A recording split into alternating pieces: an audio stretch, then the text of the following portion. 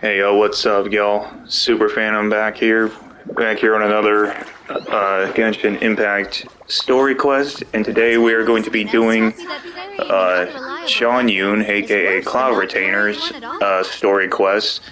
And in case you guys haven't noticed, if I scroll over to here, I actually managed to pull 4 Cloud Retainer along with her weapon, and pay no attention to the stats. I haven't fully leveled her up yet.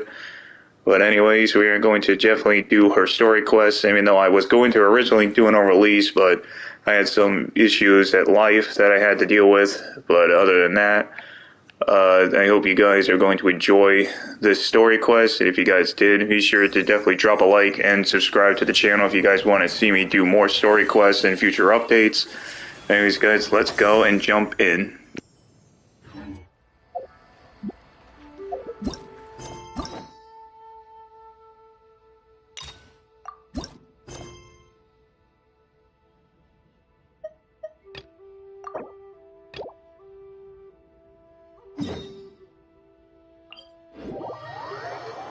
We've been to so many places lately. What do you say we take a day off from adventuring and just find somewhere nice to relax? Let Paimon think. Where are some nice places we could go? Oh, why don't we pay Cloud Retainer a visit at Mount Outsong? It's been a while since we last saw that illuminated bird. She's always the one popping up out of nowhere and scaring us half to death. So let's surprise her this time.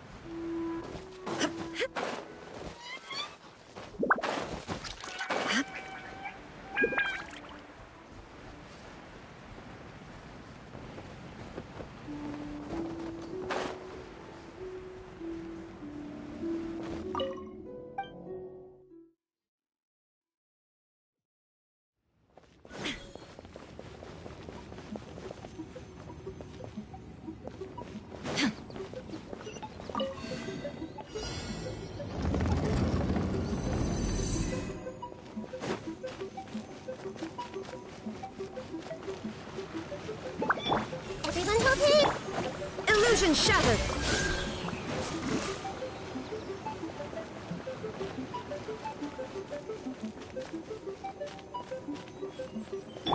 Hey!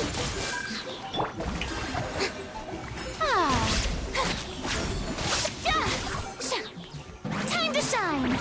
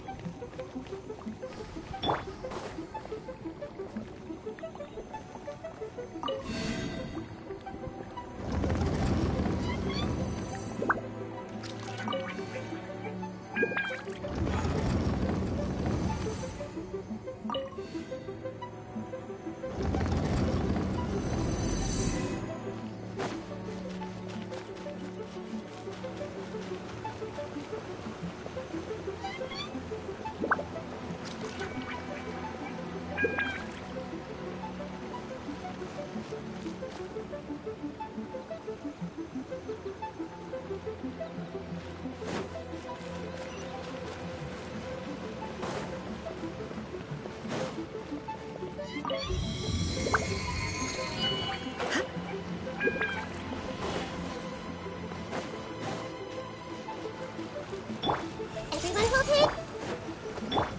This one's got your name on it! Hiya! Ha! Ha!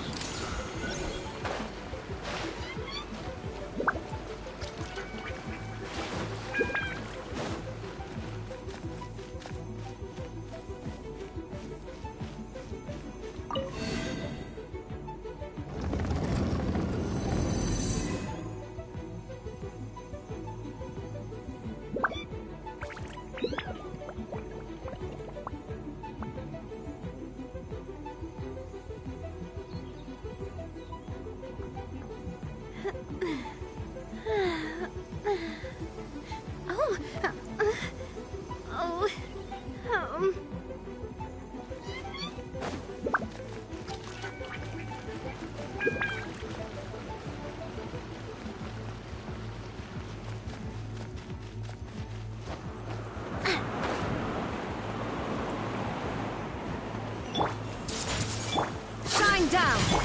Proper send-off from the Spina with love.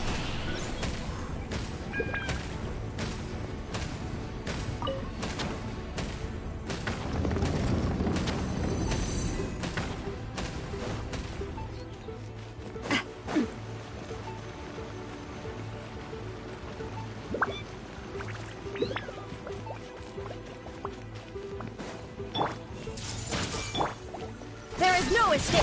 This one's got your name on it. Hiya! Ha ha!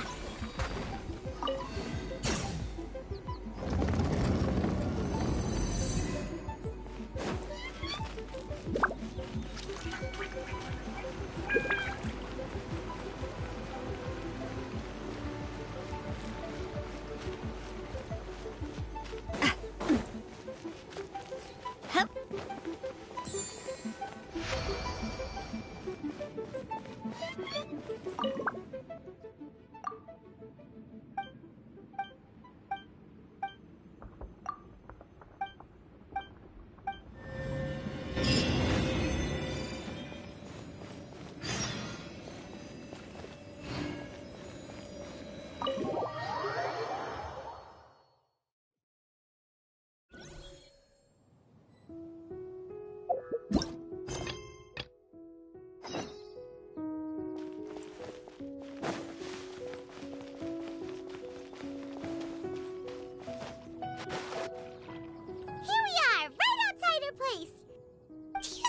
remember the first time we came here? We even brought offerings and everything. And when we told her that Rex Lapis had been assassinated, she immediately threatened to squash Liyue Harbor. Paimon thought she'd be impossible to get along with. But now that we've spent some more time together, she's really not like that at all. We probably don't need to bring any offerings now that we've gotten to know her pretty well, right? Still, Paimon's got some snacks around here somewhere, so if she really wants something, we can just use that. Huh? Traveler, did something catch your eye? Whoa, what a pretty lady! Is she also here to visit Cloud Retainer?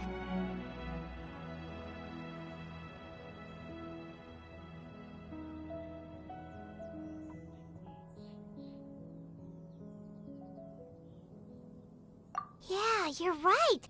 All it takes is one look and you can tell she's someone special. As expected of that bird lady, really. She must have a whole bunch of Adepti friends from all over the country. Okay, but if we're both friends of Cloud Retainer, then we're basically friends by association, right? Want to go up to her and say hello?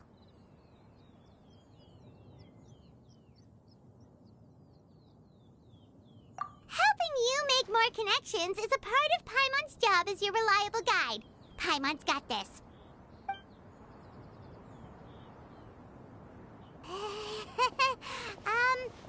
Hello.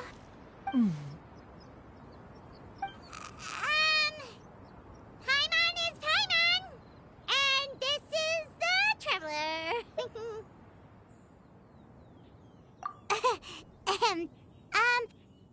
Paimon doesn't think we've met, but we're also friends of Cloud Retainer. May we have the pleasure of learning your name, Madam Adeptus? You two... What is this tomfoolery? Has this shift in form so clouded your eyes that you no longer recognize one anymore? Wait, you're... Huh? You're the illuminated bird? But you look... human! How did that happen? Oh, donning human form is scarcely any test of one's abilities. As for your confusion, one merely had no reason to indulge such inclinations before. So, you're indulging now because? Well, one has made plans to pay a visit to some disciples at Liyue Harbor. Taking on a human form for such a trip is simply a way to make matters less conspicuous. You? Worrying about keeping a low profile? You're the one who likes to pop up out of nowhere all over the place. In fact, Paimon can think of several examples. Like last year, when you suddenly appeared on the top of a roof without any warning. Or...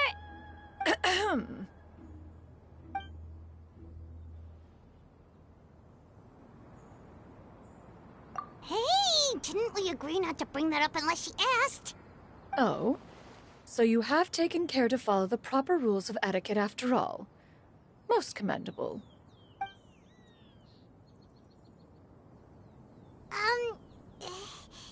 Well, this is all Paimon's got. You don't mind, right?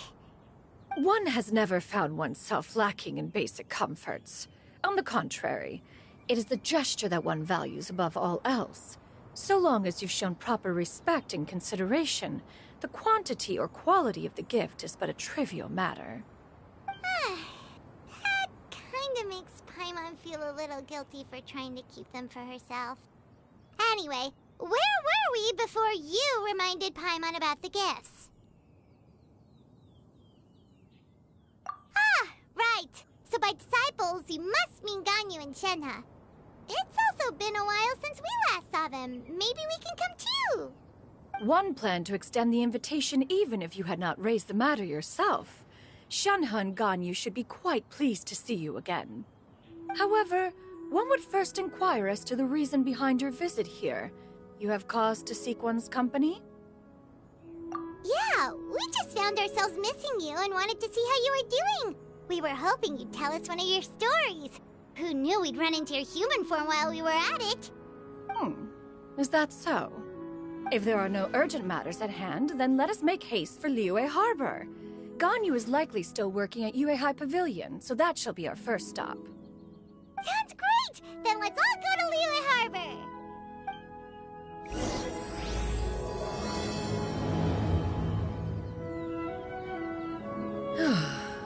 Ganyu has been quite busy with work as of late. One can count on one talon the number of times she returns to Mount Aocang each year. Shenhe has also secured employment recently. In her correspondence with me, she wrote that she shall have no need to return for the foreseeable future. Did they think one was so easily mollified? One shall investigate everything with one's own eyes and decide for oneself if their living conditions are satisfactory.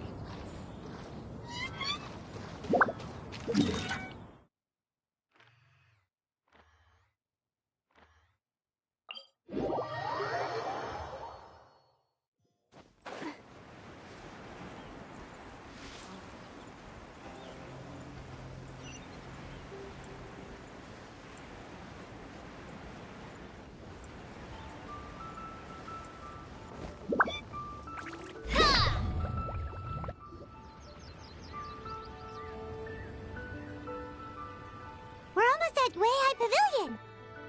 Hey, do you think Ganyu will be shocked to see Cloud Retainer like this? Guess we have no idea if Shenhe and Ganyu have ever seen her in this form before. Wait, where did she go? Why are you just standing there, Cloud Retainer? Quietly now. One shall stay here. You two can go and meet with her. But why? Isn't it better if we all go together? If one were to proudly proclaim one's presence, Ganyu would surely profess herself otherwise unoccupied and drop everything to attend to one's visit. One fears that would only result in her staying up all night to make up for lost time. One does not wish to trouble her. Conversing vicariously via you two shall suffice. Do remember to inquire as to her recent well-being. Again, do not mention one's presence here. Fair enough. Makes sense. Alright then, we'll just pass on your regards and... Cloud Retainer? Ugh.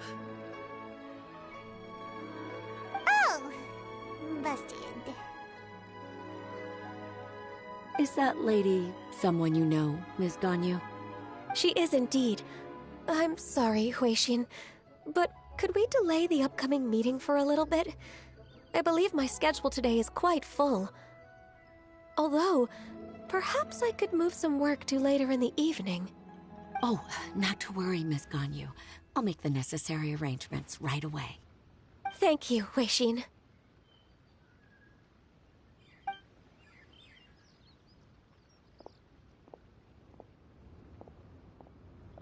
It's been a while, Ganyu. Greetings. What brings you here today? And Cloud Retainer, too. It's been quite some time since I last saw you in this form. You are quite mistaken. One is not acquainted with this Cloud Retainer of whom you speak. One is simply a mere mortal passerby. Huh? Seems she's not buying it. That was but a simple test. One did not expect you to be able to recognize one so easily, especially after so many years of only seeing one's other form.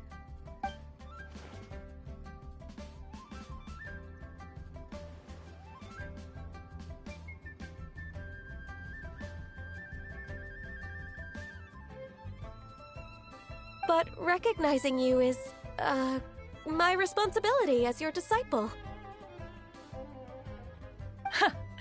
An apt observation. One was simply passing by while attending to some important business. One thought it would only be fitting to pay you a visit while in the area. Wait, Paimon wasn't aware of any important... Cloud Retainer's right! We've still got something super important to do, so we can't stay here for too long today. Oh, is that so? But it's been so long since we last saw each other. One simply desired to see you and had no intention of interrupting your work. A quick conversation should suffice for today. A more involved reunion should wait until you find yourself less occupied. I understand. That should be fine. While one acknowledges the amount of work that you have to deal with every day, one must also remind you to rest. Though Adepti blood flows through your veins, excessive exhaustion will still cause grave harm to your body. It still makes one nostalgic to see you as you are now, respected and independent. When you were young, you oft begged one to cuddle you to sleep when you suffered from nightmares. Cloud Retainer! Stop!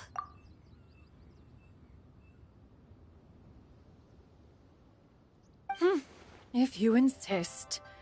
We are running short on time regardless, so one will refrain from going into each and every story. Why don't you continue your conversation? One shall simply stand by and listen. Wow, you've been to so many new places since the last time we spoke. If you ever need anything, please just come find me at Uehai Pavilion. Also, forgive me for my presumptuousness, Cloud Retainer, but if you plan to continue appearing in this form, don't you think it'd be helpful to adopt a human name? A human name? Huh. You raise a valid point. Considering the sheer extent of one's renown, Cloud Retainer is surely too recognizable as a name. You really think so? Not that you're not famous or anything, but that famous? You presume to know the extent of one's illustrious achievements. One would hardly think such a thing to be possible. Nevertheless, Ganyu's advice cannot be ignored. From this point on, when in public occasions, be sure to refer to one as Xianyun. Xianyun? I assume that's a reference to the full record of Pristine Pavilion. An adeptus of years past would rise with the clouds and rest with the moon. They were enlightened and wise, free and unfettered. The writer referenced Master's name to describe her carefree and spontaneous nature. Oh, that sounds super cool! Paimon feels like only the most powerful of Adepti could rise with the clouds and rest with the moon. Actually, those lines were originally written to describe Cloud Retainer herself. Huh? Wait, so you're really that powerful? And what of it? Did you truly take one to be nothing more than a bird of bigger than average size? Not exactly. To be fair, Cloud Retainer rarely speaks of her past accomplishments. The tales of her past can only be found in ancient texts. It is said that once, a long, long time ago, there was a severe drought in Liyue. Left with no choice, many people left their homes, while others spent day and night praying to the Adepti.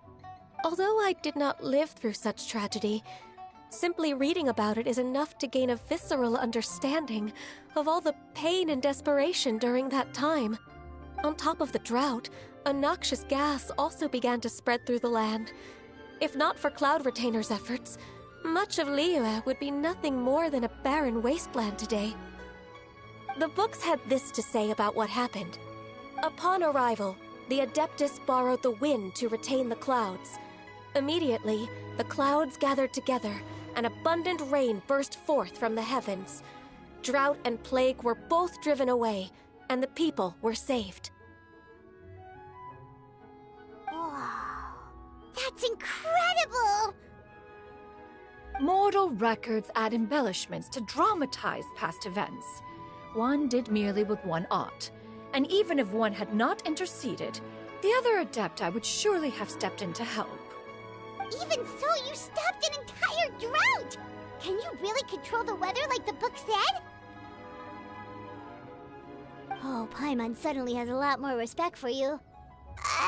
So it was Paimon's bad for calling you Illuminated Bird before. You're not too mad, are you? How laughable. A name is but a simple label we carry with us on our journey through the world. Why would one be offended by such a trivial matter? That's a relief. In that case, Paimon will continue to call you whatever feels right in the moment. Well, that is quite enough ancient history for now. Ganyu, have you had word from Shenhe? One has heard that she procured a job recently. Have you any thoughts on her workplace? And what, pray tell, of her monthly remuneration? Moreover, does she find herself overly inundated with work? Is she allowed time off during Lantern Rite? That is a lot of questions. There is no cause for concern, Cloud Retainer. I introduced Shenhe to her employer personally. Wanmin Restaurant's business has been booming recently. So, with Chef Mao being swamped with customers, and Xiangling still off and out in search of new recipes, I introduced Shenhe to staff the restaurant. I see. Most excellent indeed. One has had the pleasure of being introduced to that family. Xiangling is kind and astute, while her father is loyal and reliable. One has no cause to believe that they will make Shenhe's work difficult. Now, it is almost time to partake in the victuals of noon. One shall visit Wanmin Restaurant in person and see how Shenhe is doing. Huh? But didn't you just say that you had something important to do? Can that wait until after we've eaten? You may return to your work, Ganyu. One shall see to this matter on one's own. There will be many an occasion to dine together in the future. One is certain the opportunity shall present itself most readily. Of course, Cloud Retainer. Please take care. Traveler, Paimon, I'll see you some other time. See you around, Ganyu! Whew. Paimon was pretty quick on the uptake there, don't you think? As soon as you mentioned important business to attend to, Paimon realized that you were just looking to cut the conversation short and not take too much of Ganyu's time. Is Paimon right? No, in fact, it was not an excuse. One is indeed visiting Liyue Harbor for an important purpose. Wait, for real? The moment is not yet upon us. Still, the truth will be revealed to you in time. Huh. She really seems to be playing up the whole mysterious Adeptus thing right now. Is it because we just heard that cool story about her powers?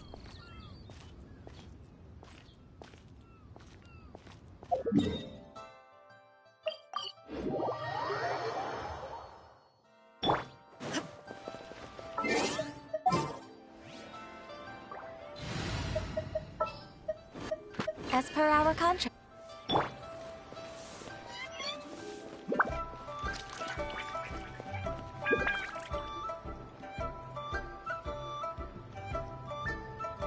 You get what I'm saying, right?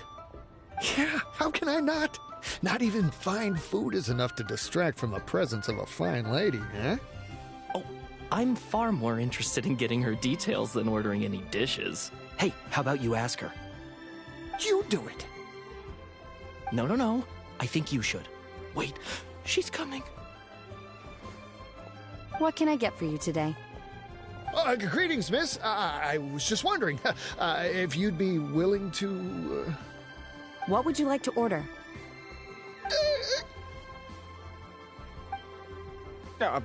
2 servings of Mora meat to go. Oh, good chat. Bye.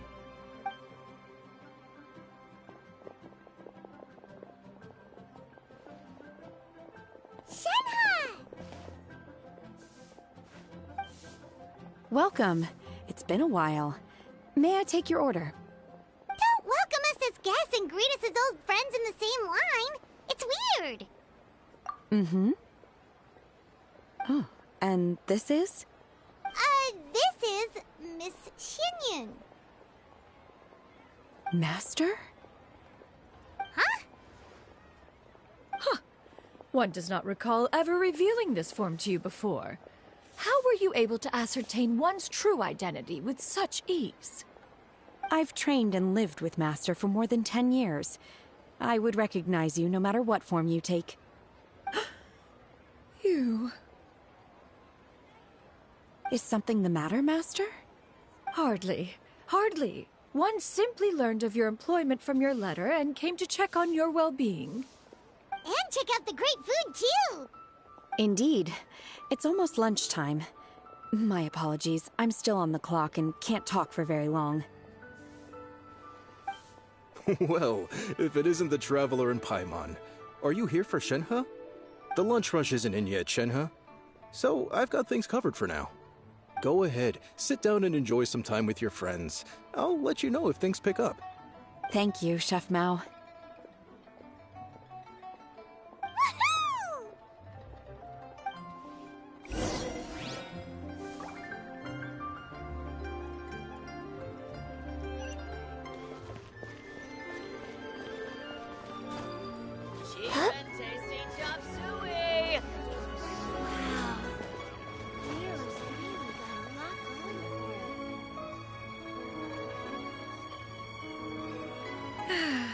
It is just as one expected.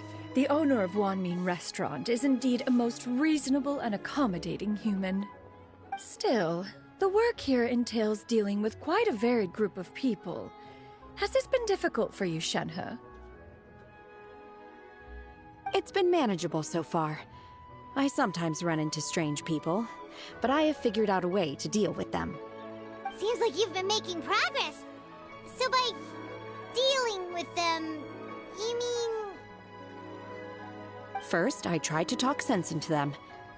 If that doesn't work, I threaten them with violence. At this point, they usually decide they are in favor of a civil conversation. Oh, how should Paimon put this?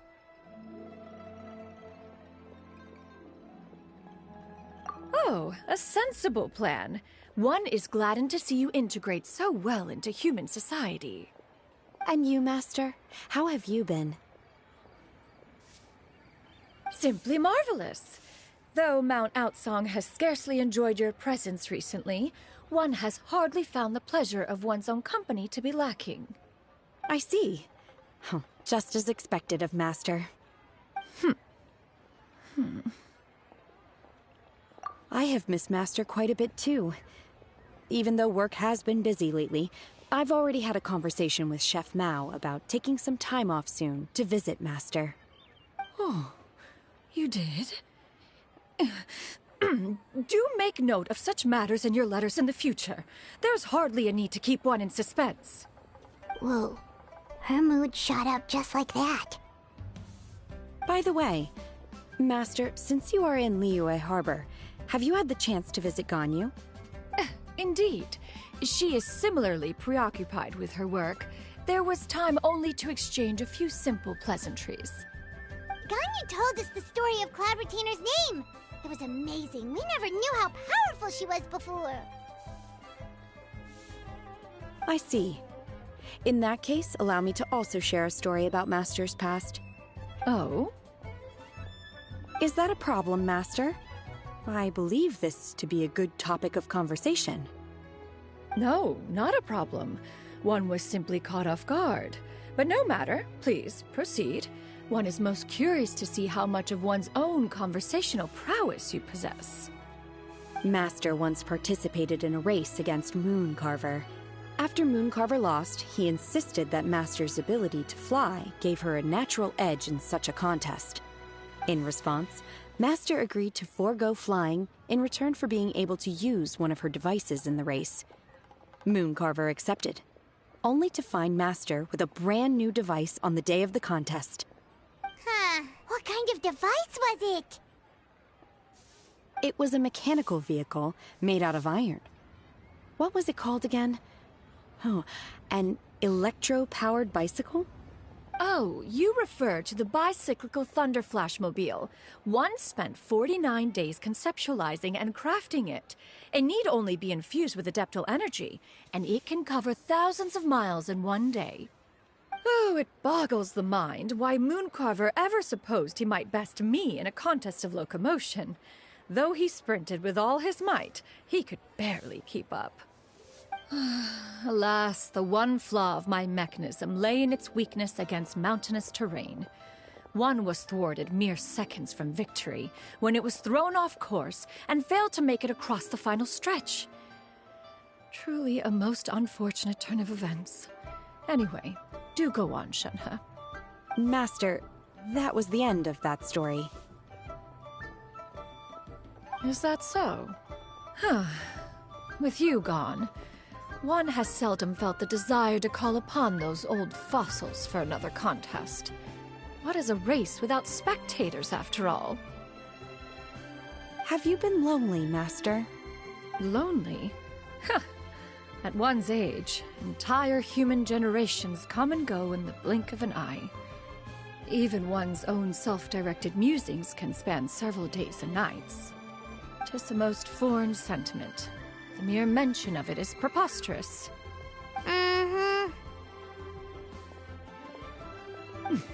What is the reason for that look upon your face? It's nothing. It's just... Well, Paimon gained a lot of respect for you after listening to that story of you summoning the rain and everything. But all it took was a few words out of your mouth, and it's like you're back to being that illuminated bird again.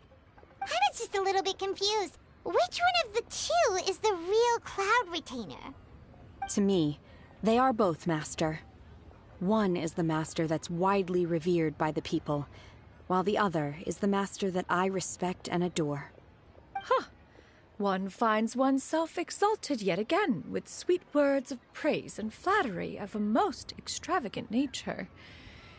You chose to exalt one with your words, yet you refuse to grace Mount Outsong with your presence for any extended period of time. One would almost question the sincerity of your estimations. This is not to say that your words paint an inaccurate picture. One has always lived by a single ideal.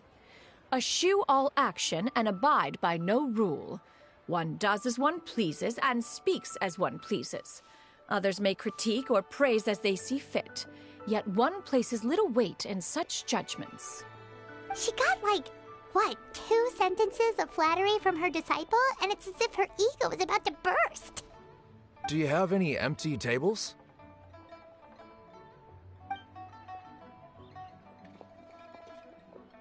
Hey there, could we get another fish stew?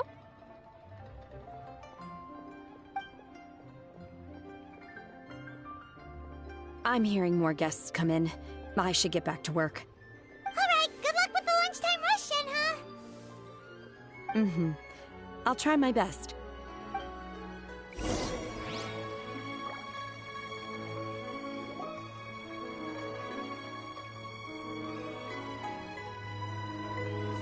So much yummy food! Paimon's gonna feast! One is fond of all kinds of delicacies and delights in a multitude of flavors. The dishes here demonstrate no shortage of culinary skill. Their unique flavor profile has left one more than satisfied. In fact, one has been struck by quite the fit of inspiration. One has already begun to conceptualize the next generation of supreme cuisine machines. Everything's so tasty! A bit too hot at times, but still super tasty. I'm sorry, miss, but our tables are full. Shall we try somewhere else, Granny? But it smells so delightful. Can we really not eat here? My poor legs can't go on for much longer. Well, you could always check with some of the other guests and see if anyone's happy to share a table. Okay, I'll ask around.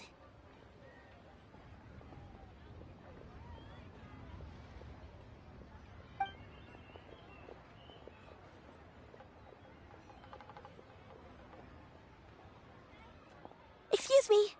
Would you mind letting us share a table with you? There are no empty tables left, so... Ah, well, Paimon doesn't mind. What about you guys? Great! Thanks so much. My name is Xianyun, and this is my granny, Yuendai. Granny? Yep. Is there something wrong with that? No, Paimon's just a bit surprised. She looks so young. Yeah, a lot of people compliment Granny on her youthful looks, but she's actually much older than she appears.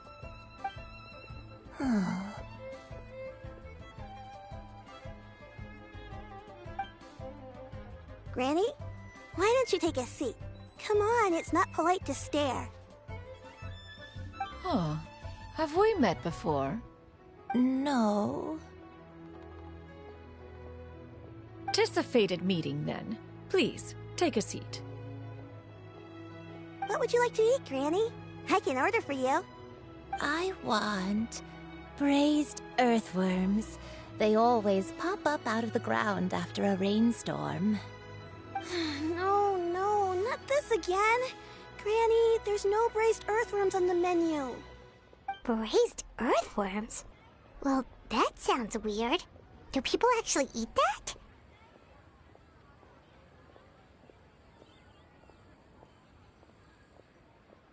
Right, that's what Paimon was thinking too. I need any help? Help? Oh, do you mean with Granny? Thanks, that's nice of you to offer. Granny has pretty bad dementia, so her memory's getting worse all the time. She's always saying things that sound kinda confusing. Actually, her memory's been bad ever since I was little. But it's gotten so bad lately that I even have to remind her who I am every morning.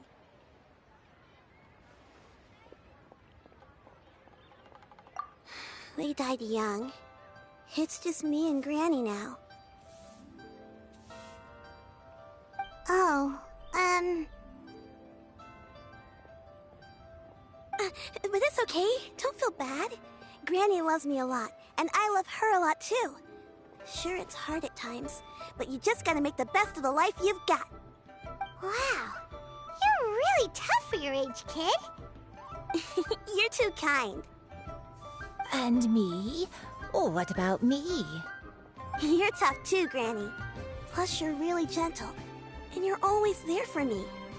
Yes, and it's hardly as if I forget everything. I still remember the important things. Wait, what was that really important thing again? Ah, I remember now. It was a dream. I had a dream where everything was dark. Someone was standing in front of me. She told me to come and find her, and that once I'd found her, I would be free. Huh?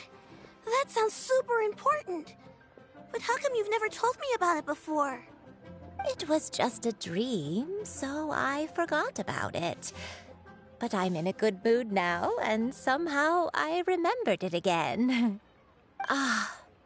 You know, I believe I've had this dream a great many times. But just how many times have I had it? Now that I do not remember. Wait, so you have a reoccurring dream where someone's talking to you? That sounds spooky. Oh, does that mean you're possessed?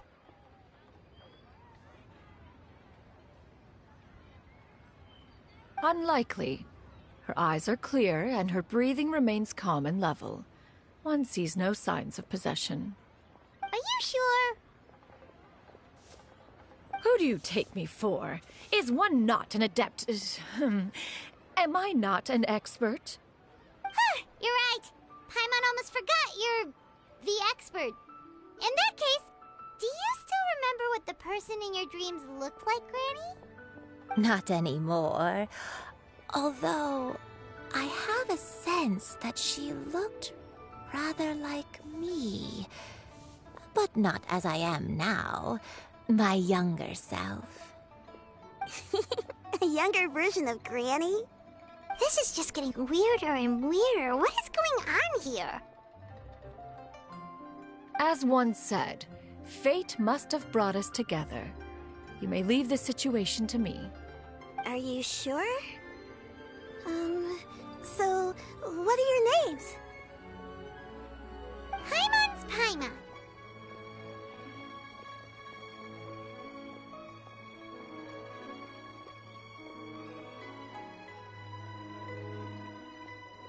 Just Xianyun is fine. Thank you all so much for offering to help. But first, I'm sorry for asking, but, how do you want us to pay you back? Oh, we don't need any payment for this.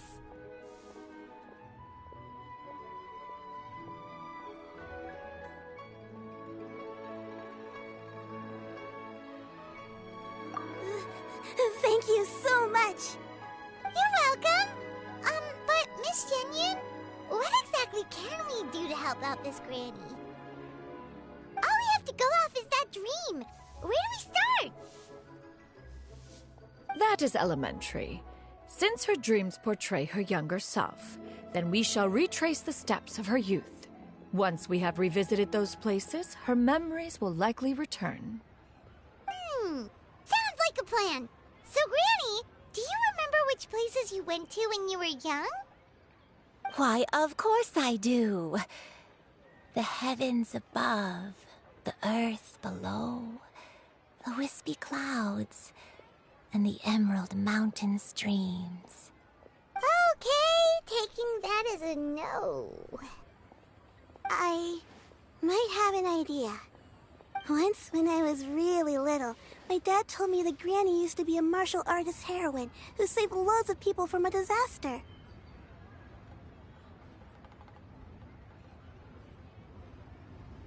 If it's true, then maybe they wrote about it in the history books or something. A martial arts heroine? Oh, Shinto knows tons about Liyue's chivalric traditions. If anyone knows about the heroes of the past, it's him. Let's go find him at the Xianyun Commerce Guild. Are you leaving already? But I'm still hungry. I'll go order some food, Granny. If there's nothing on the menu you especially want, I'll just get a few different things. It seems we must part ways for now. The Traveler and Paimon are bound for the Xianyun Commerce Guild, while Yuendai and Shuyu shall remain here and partake of their lunch. As for myself, I have matters to discuss with Streetward Rambler. Streetward Rambler? Oh, you mean Madame Ping! Precisely. Let us meet at Yujing Terrace once you are ready.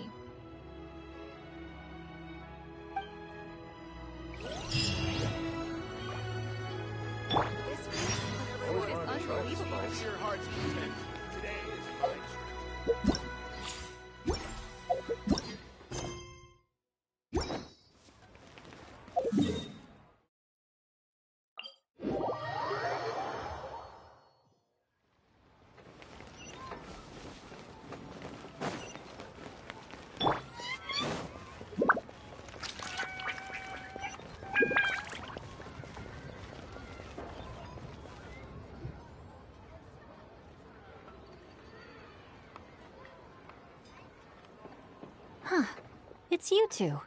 What brings you here? Shincho! Great, we found you! We wanted to ask you about something.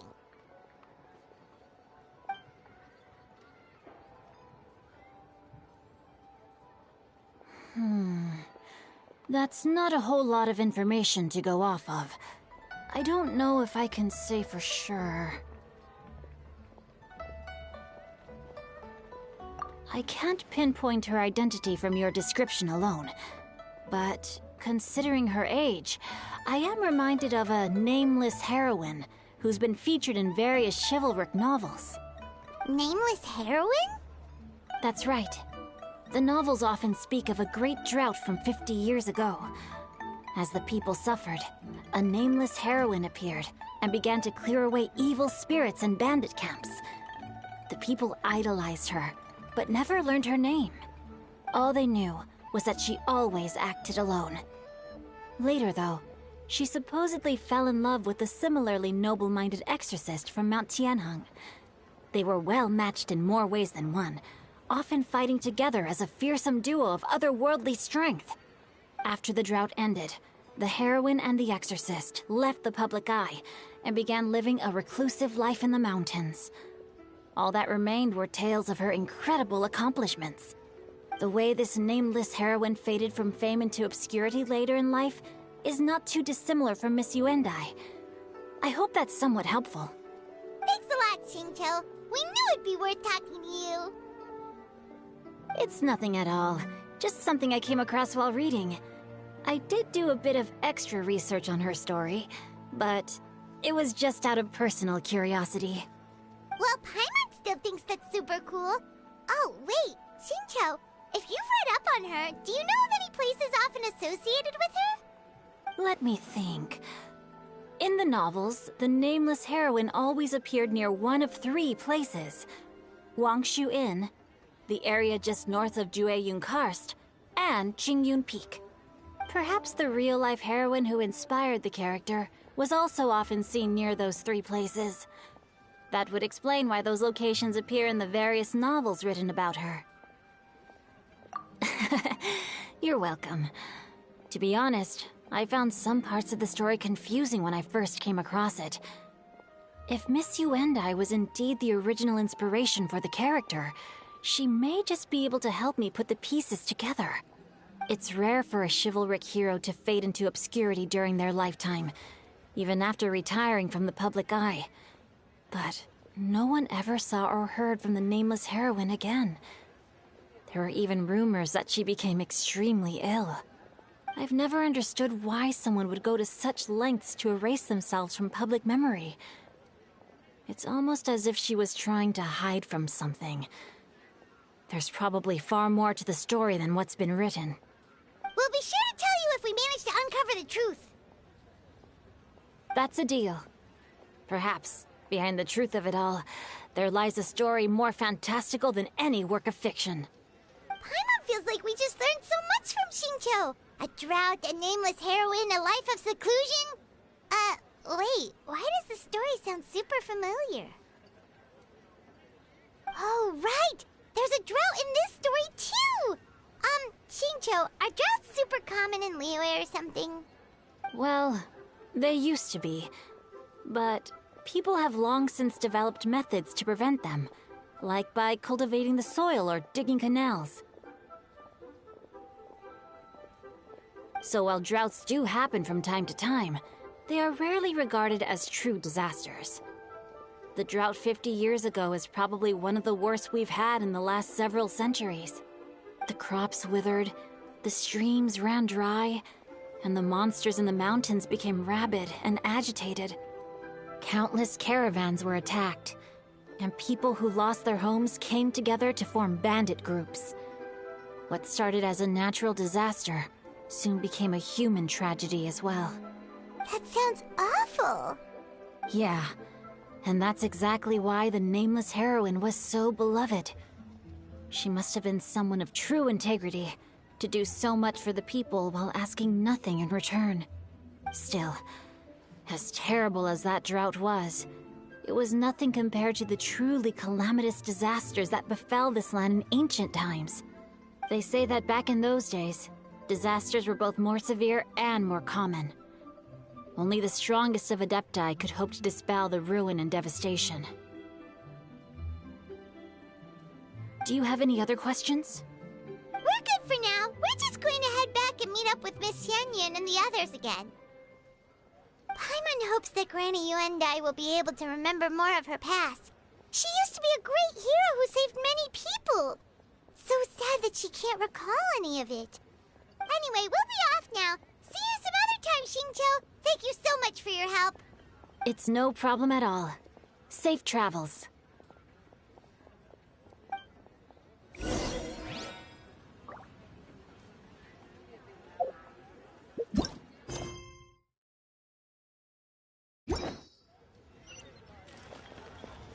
I can't wait to see my adorable daughter.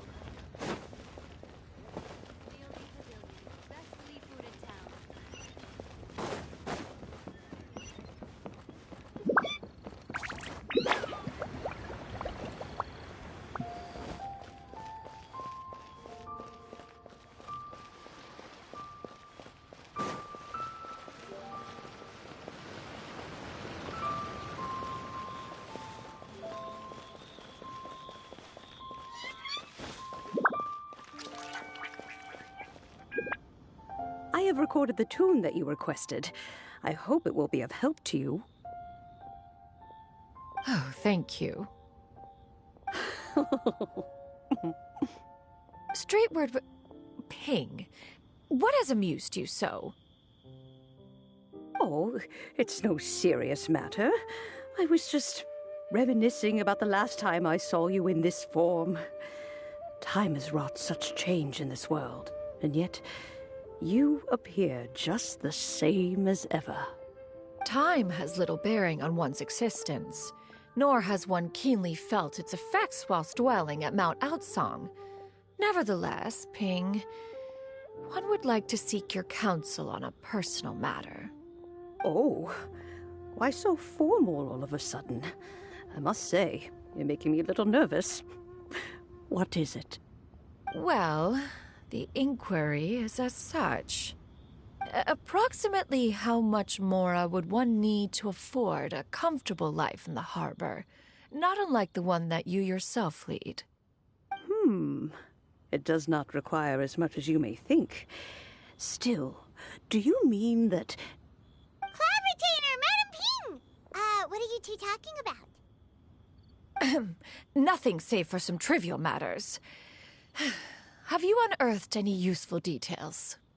Shinto has a theory, but let's save it for when Chuyu and Miss Yundai have joined up with us again.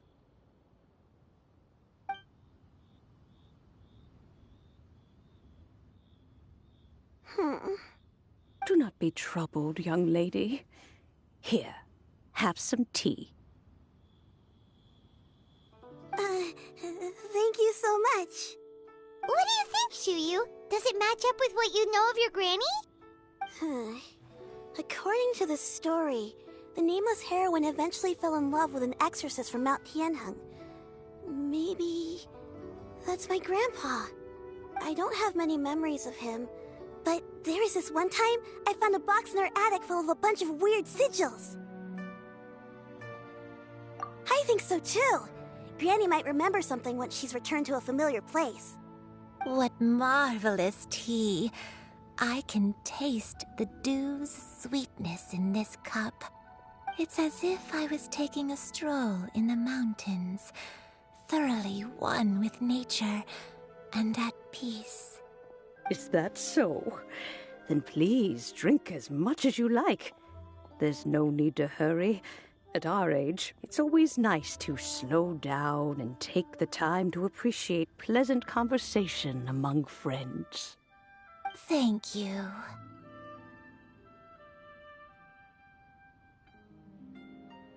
Okay, since we have the time, can I ask you something? Sure thing. What would you like to know? I have a secret I want to tell you. Let's go talk over there.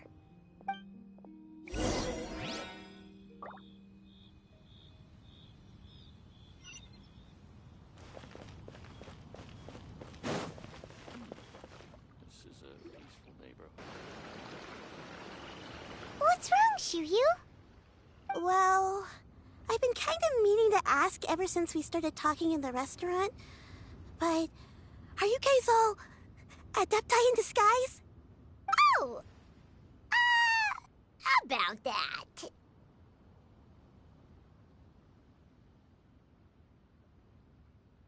Well, you guys just seem super special. Plus, I think I might have heard Miss Xianyun call herself an adeptus. Oh, must have been a slip of the tongue. Xianyun, since you were the one who, misspoke, maybe you can explain to Chuyu here what you really meant by that. One is indeed an adeptus. Is that of some concern to you? Huh?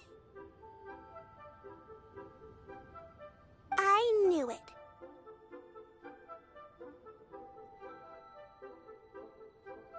Well, one time when I was a little kid, I saw a pure white illuminated crane.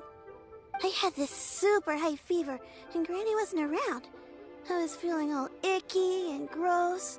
But then this snowy white crane flew down from the sky. She put me on her back and flew me to her cool Adeptus house and fed me some sort of magic potion. When I woke up, I was already back in my bed and my fever was gone.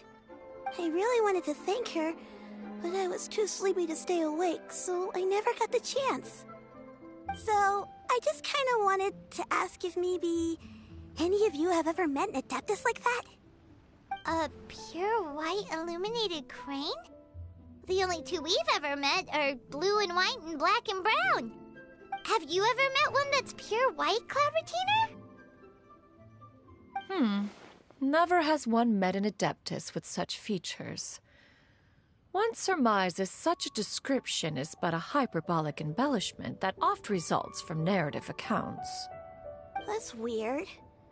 Was it really just a dream then? Well, even if it was just in my head, it doesn't matter that much anyway. All I really want is to help Granny recover her memories. I'm really grateful for all your help. Leave it to us! Now that we know the 3 locations, we just need to visit them one by one. Let's go to Wangshu Inn first. Okay, I'll go get Granny.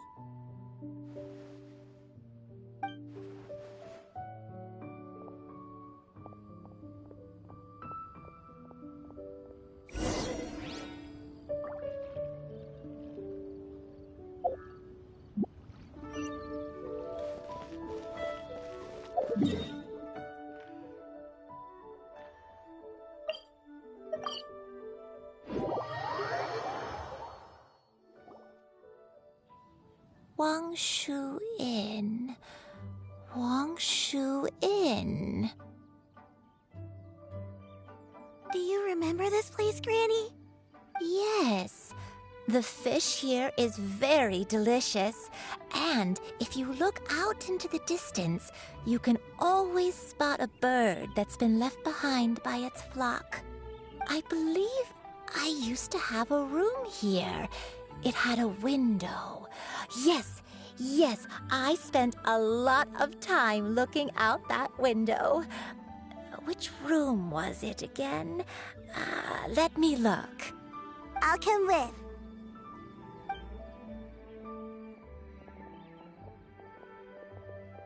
Paimon's still having some trouble understanding what she's talking about, but if she's so familiar with this place, that must mean she lived here, right? Wait, huh? Whoa! Shell! What are you doing here all of a sudden? You scared the living daylights out of Paimon! I sensed a non-human presence and decided to come take a look. If you're here, then there's likely no trouble afoot. I suppose there's no cause for concern. It's been a while, Cloud Retainer. I see you have returned to your previous form.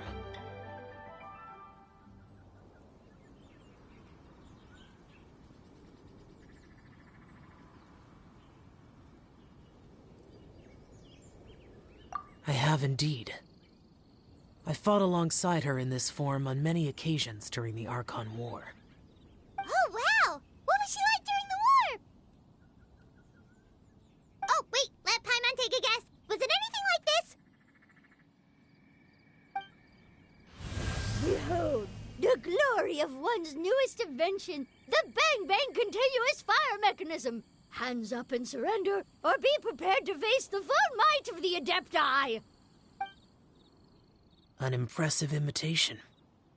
Paimon knows her all too well. Even so, Cloud Retainer was not always as ostentatious as you describe. You may be unaware, but her talent with Adepti sigils is just as formidable as her skill in mechanics. The Archon War reached its peak after Guizhong's death. The Cloud Retainer who fought beside me in those devastating battles was taciturn and solemn, only speaking when she had to activate her sigils. A Cloud Retainer who barely talks? Paimon can't picture it. But what happened after that? If you were so powerful in your human form, why did you decide to take up your bird form again? Once one had bid farewell to the world of mortals, what use would one still have for such a shape?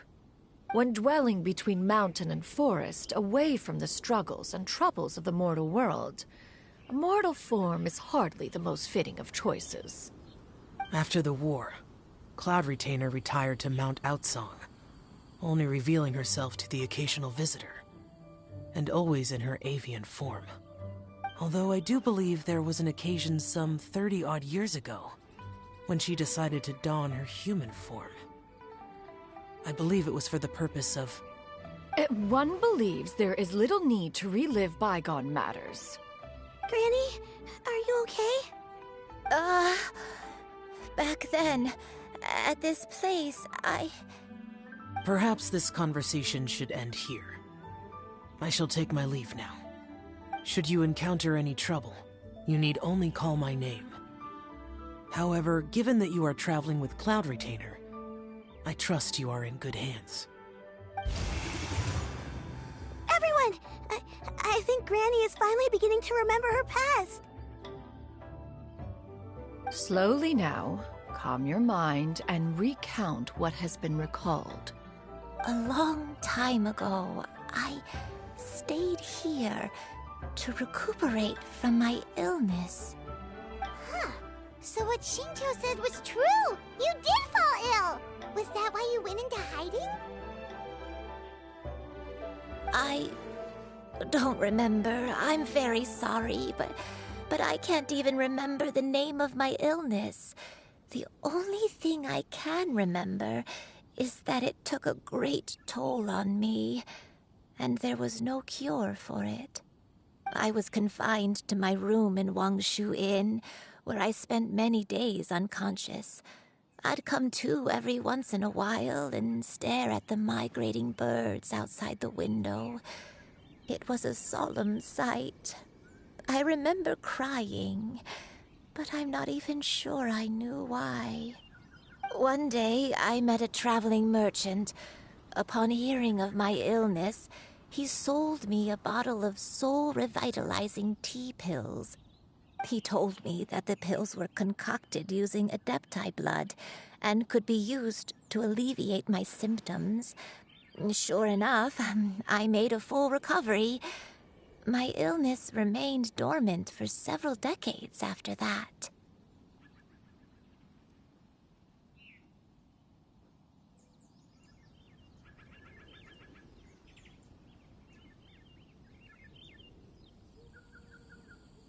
Wait, but if your illness remained dormant for several decades, are you saying that what you're going through now is just a relapse of what happened all those years ago? And it was all thanks to the pills that you managed to keep the symptoms in check? Paimon's brain kinda hurts. Do you remember anything else? I'm sorry, I don't. Oh, if only I wasn't so useless. Hey, you're not useless. You've done so much for me. Watched me grow up. Raised me. How could you say that about yourself? Oh, fret not, dear child. Granny was just a bit frustrated. That's all. The recovery of a person's memories is a gradual process. Finding pieces of one's past is always superior to not finding anything at all. Let us make haste to the next location. Next location. Next location. Oh, why don't we go to the area north of Dwayun Karst next? There isn't really a landmark there, so where should we start? Oh, Paimon's got it. Let's check out the houses in the area first. After all, if she was there for any length of time, then she would have stayed somewhere, right? Oh, Paimon's really got her thinking cap on today. At this rate, we'll recover all of Granny Wendai's memories in no time.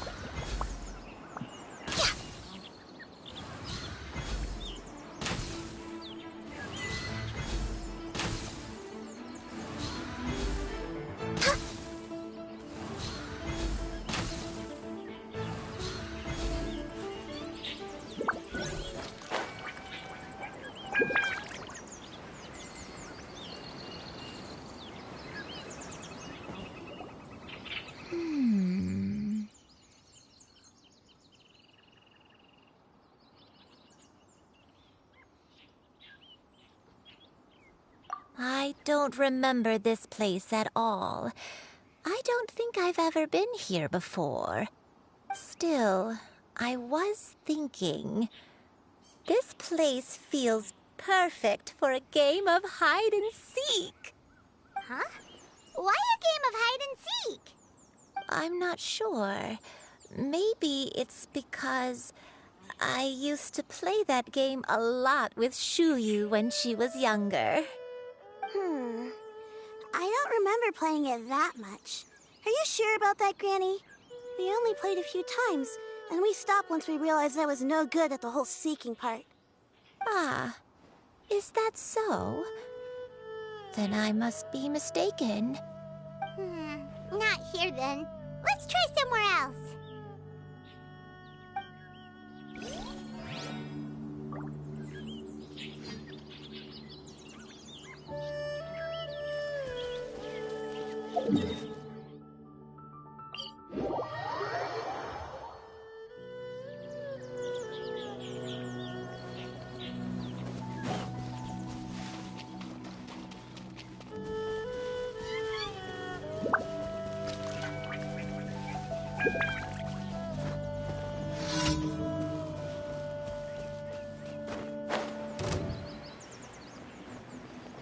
Leaving so soon? Hey! Shine down! Access denied. This is long overdue.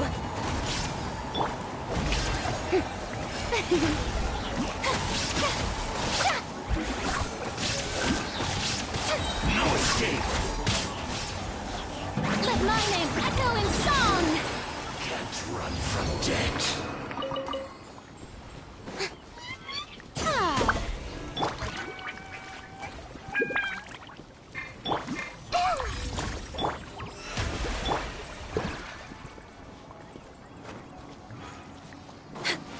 Whoa! Why are there so many treasure hoarders here? Guess it's time to round up the bad guys.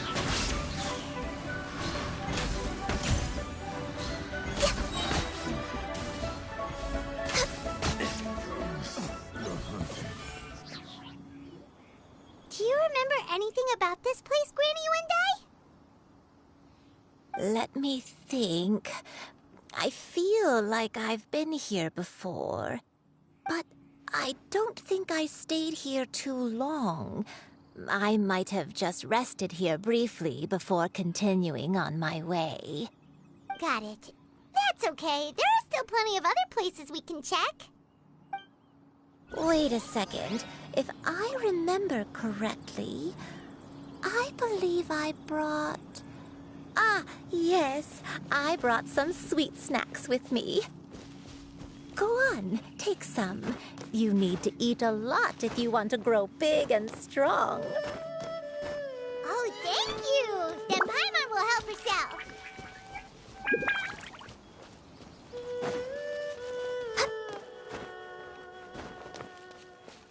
Next on the agenda.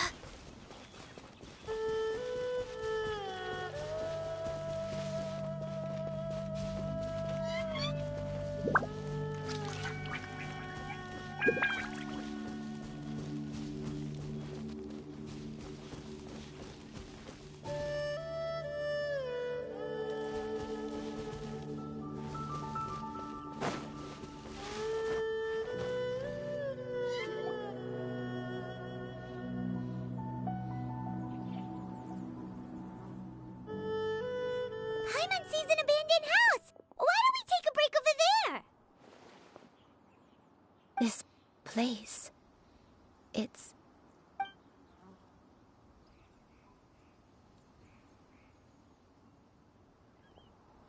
Did you remember something, Granny? I remember. Xianyun. This is where your father was born. It was a moonless night. I had been injured, so your grandpa was supporting me. We fled together with some being in the fog behind us in hot pursuit. I had exhausted my strength when the labor pains came on, so we took refuge in this house. Your grandpa set up a barrier outside, but neither of us knew if it could hold the monsters back. I remember that night. I remember falling to my knees, reciting a prayer over and over. I alone am the source of this sin. Punish me as you wish for forsaking my oath, but spare my innocent child. Sin? Oath?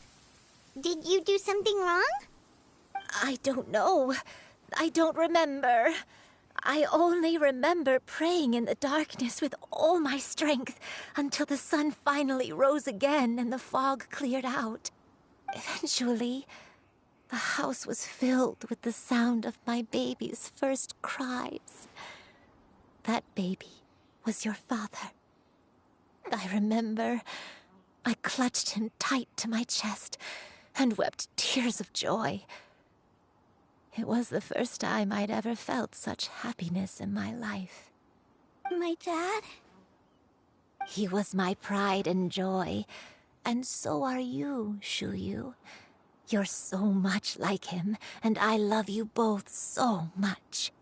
But you're always going to be different from me. Why? Just what did I do? I don't care what you might have done, Granny. You'll always be the person I love more than anything.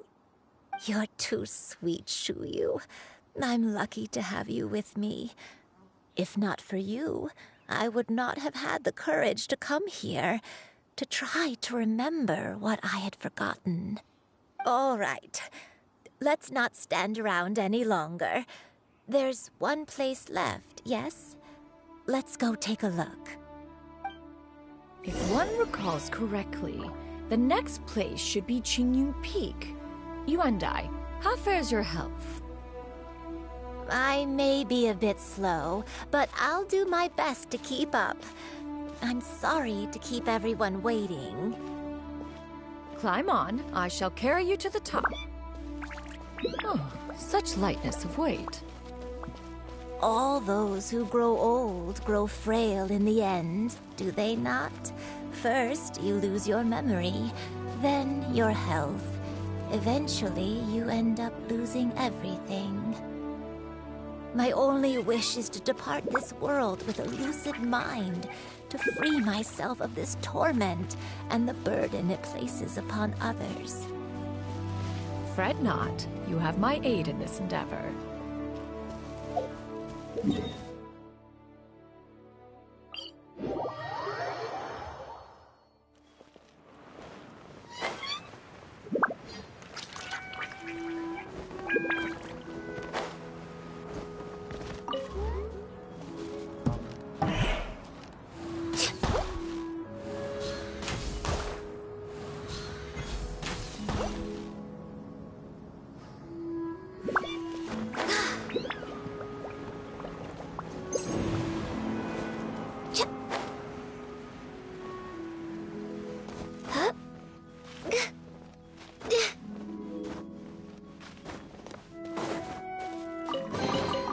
There's nothing wrong with reaping a reward every now and then.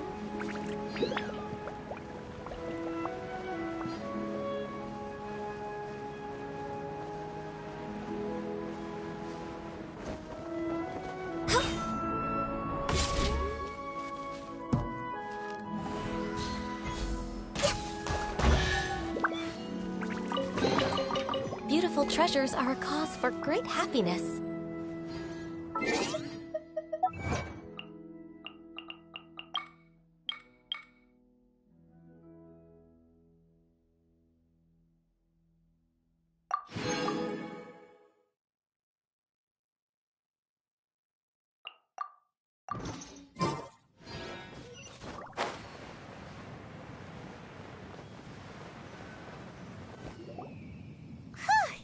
We're finally here. Does this place feel familiar to you, Granny One Day? Let me see.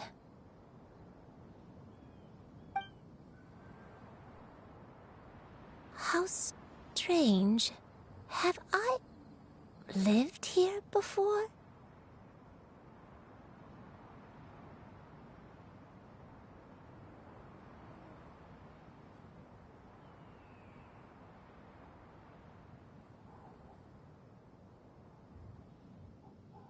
When we were at Wangshu Inn and the abandoned house earlier, though I couldn't remember everything, I still felt a sense of familiarity.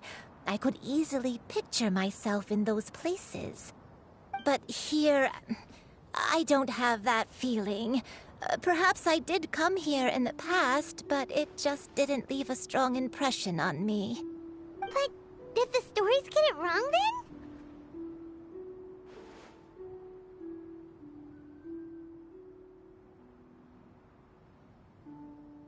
Yeah, that's true.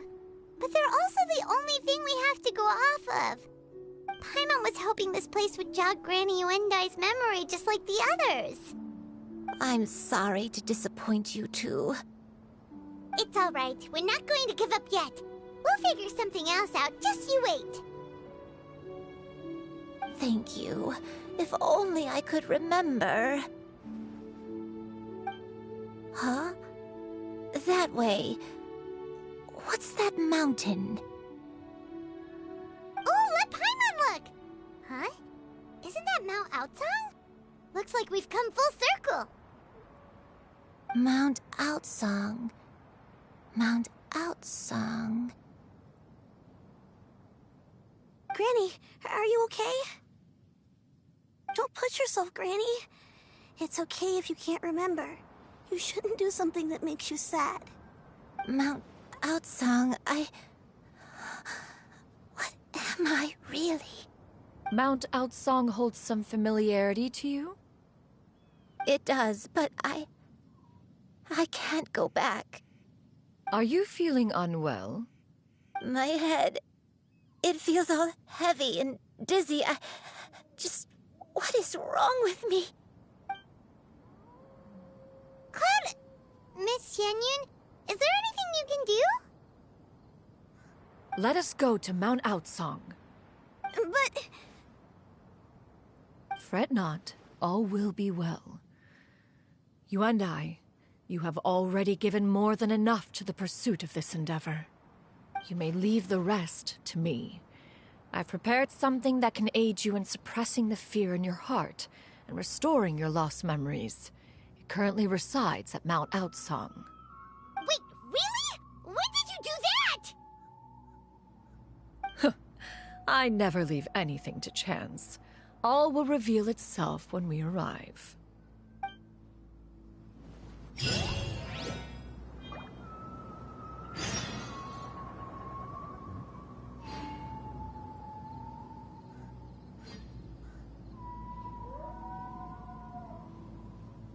If you lie on the grass, you can feel the heartbeat of the world.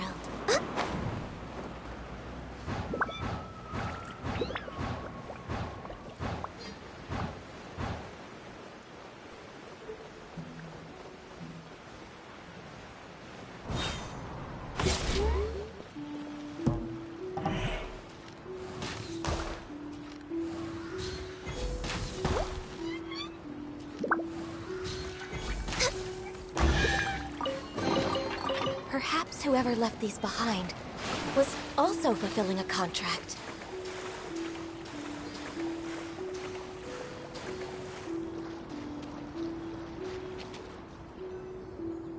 Come on, just tell Paimon already! What's this thing you've prepared? Here, this is it. Huh? But isn't this the mechanism that you were tinkering with when we first got here? Oh, is it another invention of yours? Precisely. A recent one at that. I am most pleased with the result. I call it the Suspensus Somnium mechanism.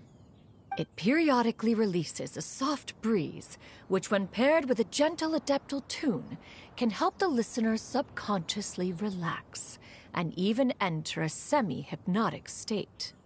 Soothing agitation and anxiety, relieving exhaustion and insomnia, its potential uses are numerous indeed.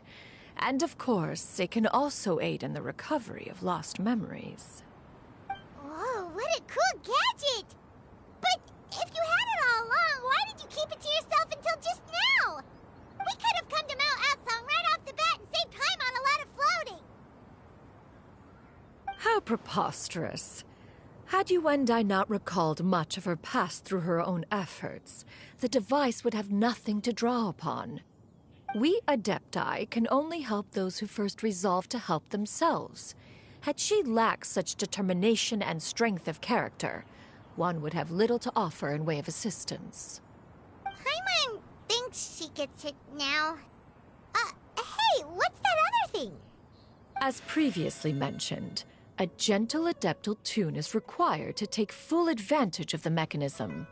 One secured such a tune from Streetward Rambler. Only with her melodies can the mechanism reach its peak power. Oh, Paimon can feel what you mean. Paimon's body feels light as a feather. It's as if she's lying down on a warm patch of grass after a super satisfying meal.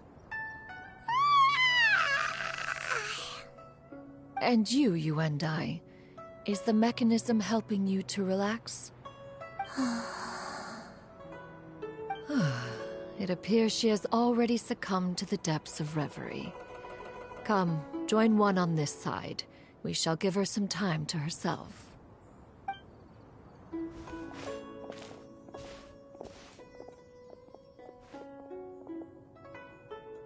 The drought is over. But why do you look like you want to cry? The potion. It's nearly run its course. I've never regretted meeting you. Not even for a second. Please. Please, no.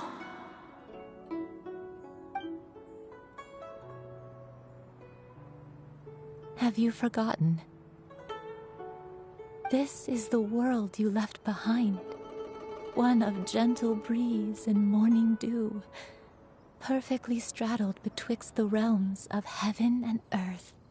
This is your home. This is where you belong. You should have never left. The you of the past, the me from not that long ago, we should have never.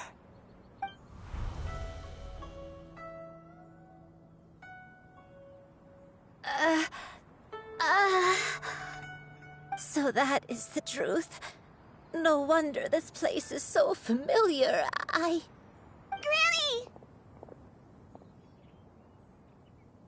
Granny, are you okay? Cloud Retainer. Your memories have returned? Wait, did you just call her by her full name? Does that mean you already knew each other? Yes. I now remember everything. Everything. Granny, please don't cry. I'm here. I'm here. Oh, don't worry, my dear child. Granny is fine. I'm so sorry, everyone. You've gone to so much trouble on my behalf. It's all come back to me now. The most important thing that I had forgotten was the truth of what I once was. One can sense the guilt that now plagues your conscience. Reclaiming a truth long buried is sure to come with a myriad of complex emotions. Perhaps one should recount the story on your behalf while you compose yourself. No, it's okay. Now that I've remembered, I must face my memories head on. Shuyu, everyone, I cannot thank you enough for all your help. I'm ready to tell you my story, if you're willing to listen. Please, Granny, don't force yourself. What happened in the past doesn't matter. I love you more than anything. Nothing you say can change that. I know, dear child. My feelings for you are exactly the same. It is for this reason that you deserve to know the truth. Some time ago, I made a terrible mistake. One for which I could never atone. Is this the sin that you mentioned in Xianyun Karst? What happened? I am, in truth, not a human being. My real form, one that I held for centuries, was that of a wild crane. I spent many, many years living on Mount Outsong, bathing in the soft breeze and drinking the sweet dew of the mountains. At some point, I somehow gained wisdom and sentience. The Lord of the Mountain, Cloud Retainer, became aware of my existence and began to share many stories with me. She even passed on the secret of cultivation to me. Though she never took me on as a formal disciple, I always saw her as my master. Whenever she took out her tools to work on mechanisms or new inventions, I would also stand next to her and watch. I even contemplated completing my training and becoming an adeptus in my own right. I followed her teachings, and time gradually passed us by. Until that fateful day 50 years ago. 50 years ago? That's right. Master regaled me with many stories of her past deeds. From them, I learned how she had saved people from a similar crisis in the past. She was the one I looked up to the most. More than anything, I dreamt of becoming an adeptus like her. I wanted to travel the land like she had, relieving suffering wherever I went. But I was still far from being a real adeptus. I possessed no ability to take on human form and fit in with the crowd. Once she learned of my desires, Master prepared a special dose of human mimicry potion for me. She warned me that the potion's effects would only last 10 years, and if I were to fail to return to my original form at the end of that time, I would forever forget my past as a crane and become something neither human, beast, nor adeptus. Oh no. So that was the source of your dementia all along. Was it because of Grandpa? Indeed, I fell in love. Though he was human, he had spent his entire life training on Mount Tianheng. When we met, it was not only my first foray into the world below, but his as well. Although clumsy and impulsive as he was, you'd think he was the real strange bird among the two of us. But still, just like me, he cared deeply about the world and wanted, more than anything, to cleanse it of all pain and suffering. I could not help but fall for him. But my time continued to tick away. Those 10 years passed by in a flash. Yet I did not want to leave his side, so I... Oh no, what happened next? I committed an offense. I wanted to stay with him, even if it meant living a life full of pain and suffering, even if it meant that I would eventually turn into a monstrosity. I knew I had betrayed Master's hopes, but I was too ashamed to face her. So I wrote her a long letter instead and asked someone to leave it outside her abode. I was convinced that she would not support my decision, and I lacked the courage, but that was only the beginning of my troubles. I began to suffer from a strange illness. My memories became hazy and confused, and I could no longer keep myself awake. I understood that my pain was caused by my refusal to return to the life I was fated to lead. Along with my memories as a crane, I soon forgot the true cause of my suffering as well. I knew only that I had committed a sin. All I could do was pray for forgiveness, even if I had long forgotten what needed to be forgiven. Looking back, I was beyond lucky to have come across that traveling merchant at Wangshu Inn. It was such a fortunate coincidence that we were there at the same time. If it weren't for those soul-revitalizing tea pills, I probably would have... Granny! What's wrong? Coincidence? Why did I ever think it was a coincidence? Tea pills concocted using the blood of an adeptus? No, it couldn't be. Master, don't tell me. Back then, that merchant was actually... Human custom would dictate the conferral of gifts to be in order when one's progeny is wedded, would it not? Consider the pills a symbol of one's best wishes. So when I tried to conceal my name and mistakes from the world and hide myself away in perpetuity, the only person I managed to deceive was myself. You knew where I was all along. One still remembers when you were but a fledgling. You possessed a certain fondness for a particular game. You would hide yourself among a group of wild cranes and ask one to pick you out from among the flock. One found you with such ease every time. 'Tis a truth most evident. One always recognizes one's own, no matter what form they may take. Wait! Paimon's confused! So, Cloud Retainer, you found Yuendai again? But how? When? And what happened after that? Perhaps it is now time for one to recount the rest of the tale.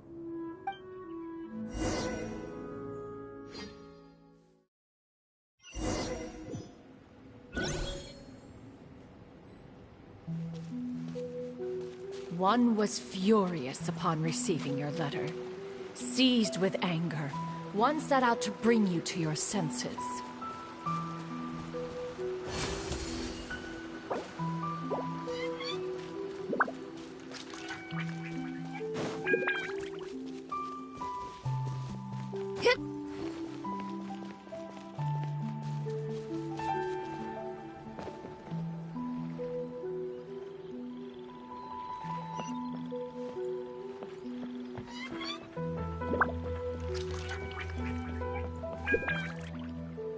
In truth, one had more than a few misgivings about your chosen partner. As an exorcist, his talent was lacking. One could hardly say his skill with sigils was any better. But soon, one came to appreciate the devotion he bestowed upon you during your illness. He never uttered a complaint and rarely left your side.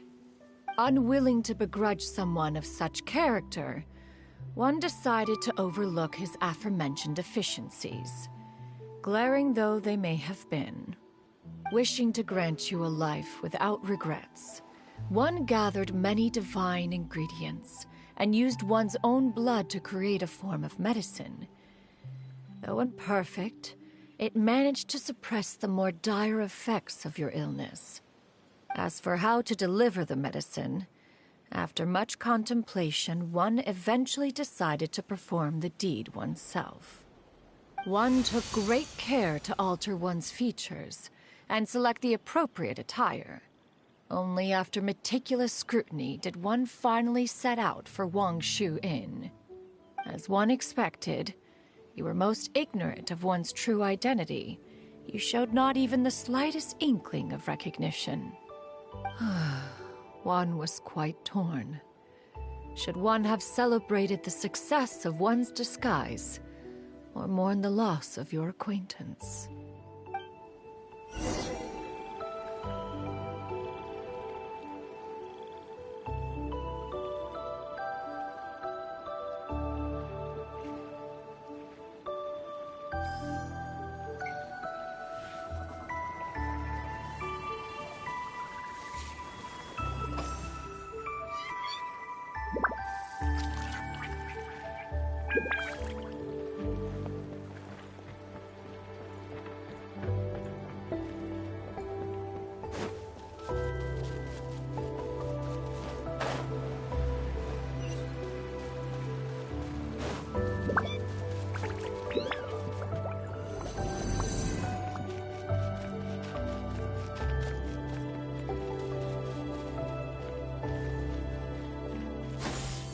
Nevertheless, one would speak to you about another matter, if you are amenable.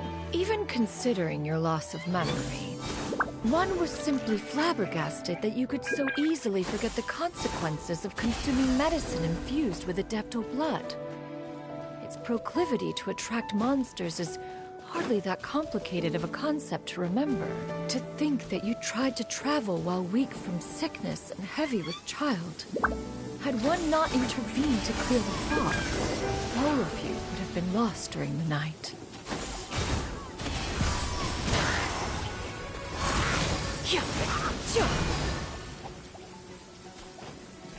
Yeah! Skyward!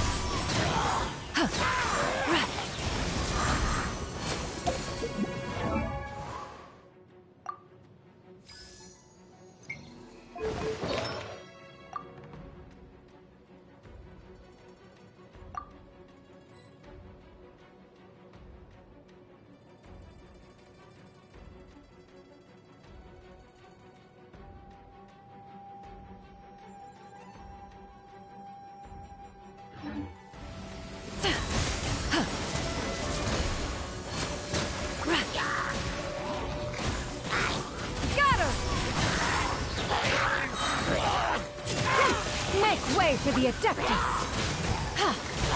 Yeah! Skyward! Scatter!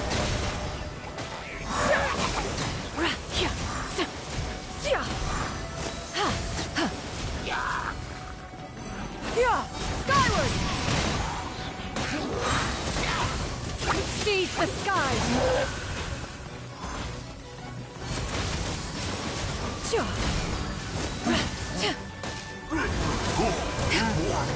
Skyward!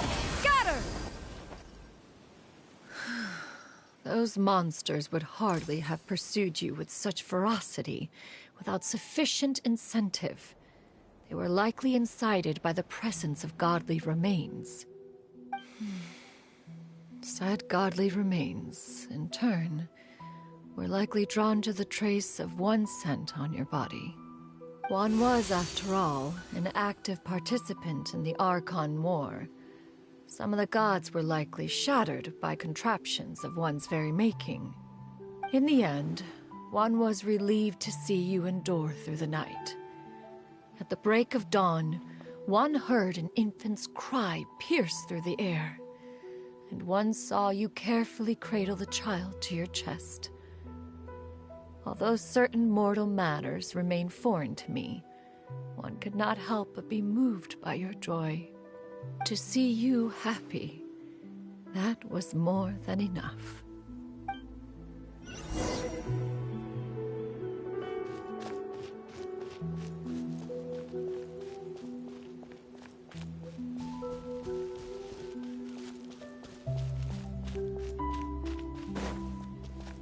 Now you should have a complete understanding of the events. Wait! But if that's true, then the crane who took care of me when I was sick must also be... Ah, one had almost neglected to recount the absurdities of that tale.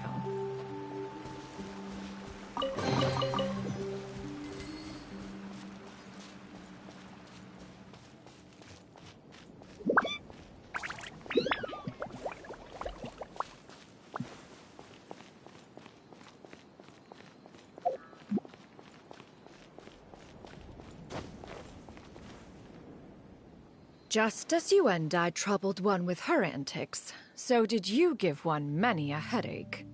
Upon finding you burning with fever, one made plans to bring you back to one's abode for treatment. However, upon seeing one's form, you began to cry, refusing to get on one's back. When one asked you why, apparently you believed that one could not possibly be a true Adeptus, because all illuminated cranes are white from tip to toe. One had no choice but to apply powder to one's body to conceal the variegated nature of one's appearance. You became more than amenable enough when one stood before you devoid of any other coloring. It bears mentioning, however, that as a crane, Yuendai was nearly entirely pure white in color. Though you had never encountered her in that form, you still recognize the essence of her being. Perhaps fate brought you two together in more ways than one.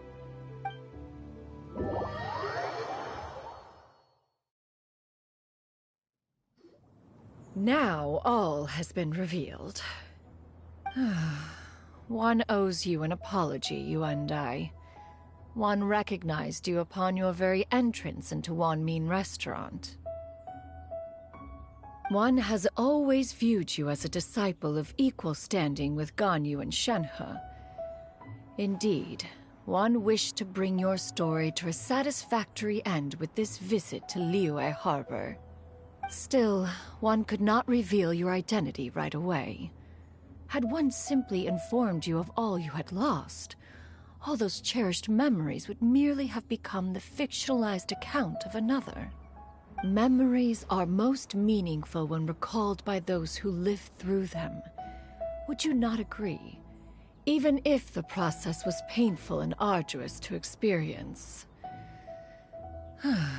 Have you any further inquiries? Master, I must ask. If you found me all those years ago, why did you leave me be, even though you knew about my mistake? Why did you not bring me back to Mount Outsong by force? One has never regarded your action as a mistake. It was a simple choice, nothing more. When it is time for one's progeny to leave the nest, it is the responsibility of an elder to let them fly free. Yet, when your wings grow weary and the night grows dark, just know that you always have a place to which to return. 'Tis a refuge referred to by many a name in mortal writing. Home, nest, haven. Whatever its denomination may be, its essence remains quite unchanged. One speaks, of course, of a place not unlike one's own abode. One's disciples are free to come and go as they wish, yet the door remains forever open to those who wish to return. One rather hopes you count yourself among them. Thank you. Thank you so much. You and I. One expects you too have sensed the rapid deterioration of your condition as of late. Have you not? 40 years ago, you chose a path without a future. Though one used one's own blood to provide you with a few decades of extra time, it merely delayed the inevitable. One may have extended the path, yet one was unable to alter its final destination. Even the power of an Adeptus has its limits. Had your condition continued to deteriorate, you would have forgotten your life as a human entirely. In the end, you would have turned into a creature lacking in the ability to even comprehend its own monstrousness. Fortunately, you were able to avoid that scenario by reclaiming your memories. Though one sped the process along by providing some guidance, the result is entirely a reflection of your own effort. So, what's gonna happen to Granny? One will help her reclaim her original form as a wild crane. If it be fated, she may recover her sentience one day. She's gotta go back to being a regular crane, huh?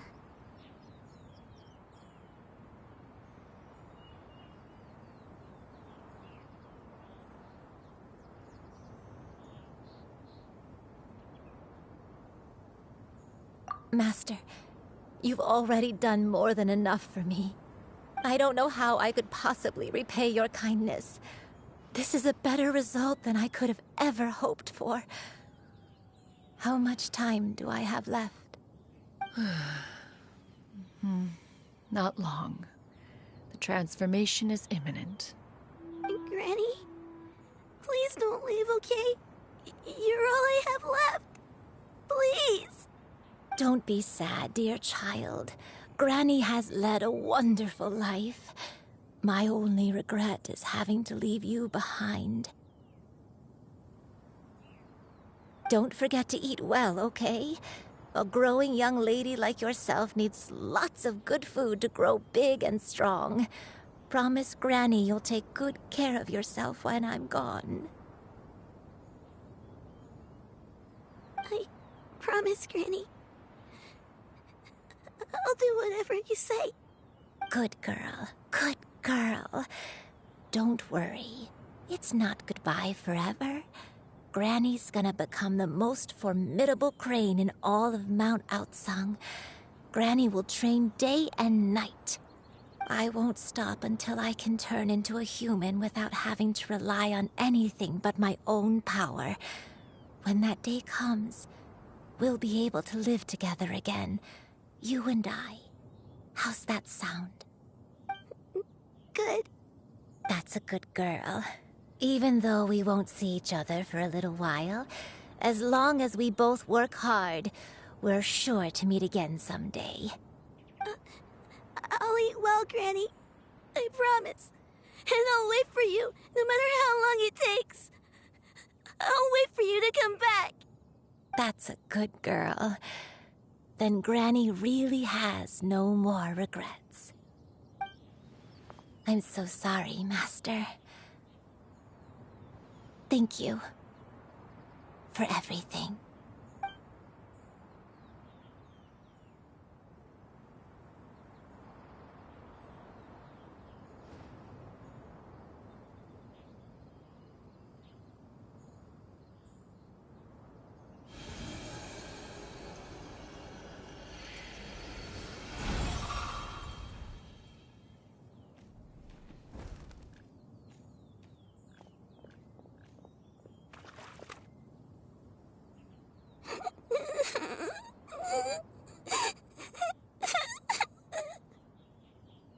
Xianyun. Let her be.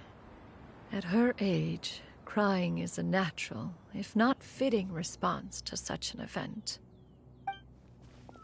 Tears are a necessary part of maturation. Sometimes there is scarcely a better vehicle to wash away the toll of stress and misery. Now that the issue has been resolved, you should also take a moment to relax. Give yourself some time to rest. Take a nap if you must. One will wake you in due time.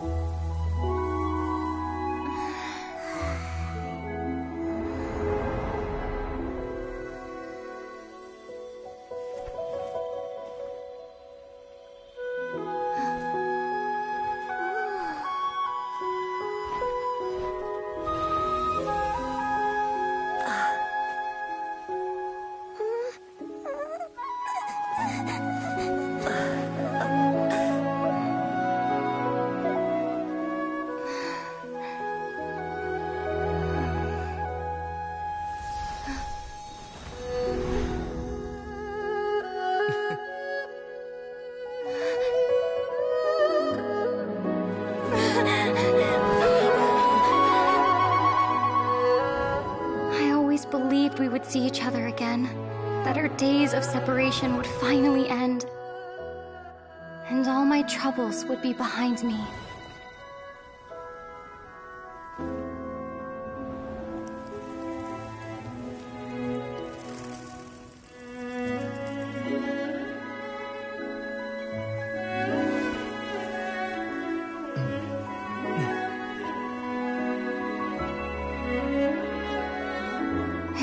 Things could stay this way forever.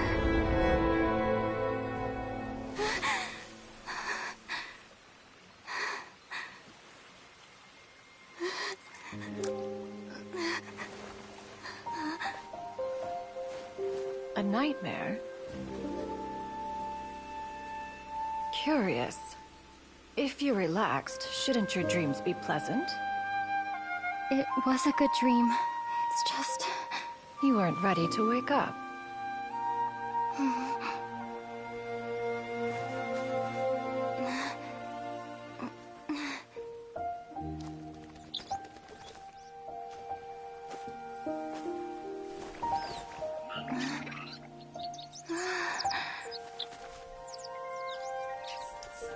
Eloquent as one may be, words of comfort are not one's strong suit.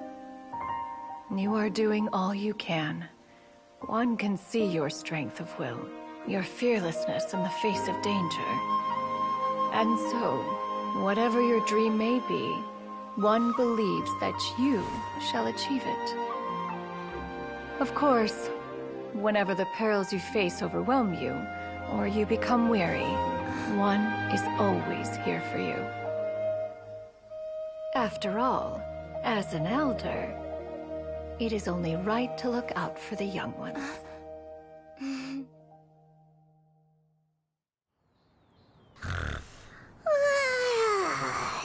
Grilled chicken drumsticks. Huh?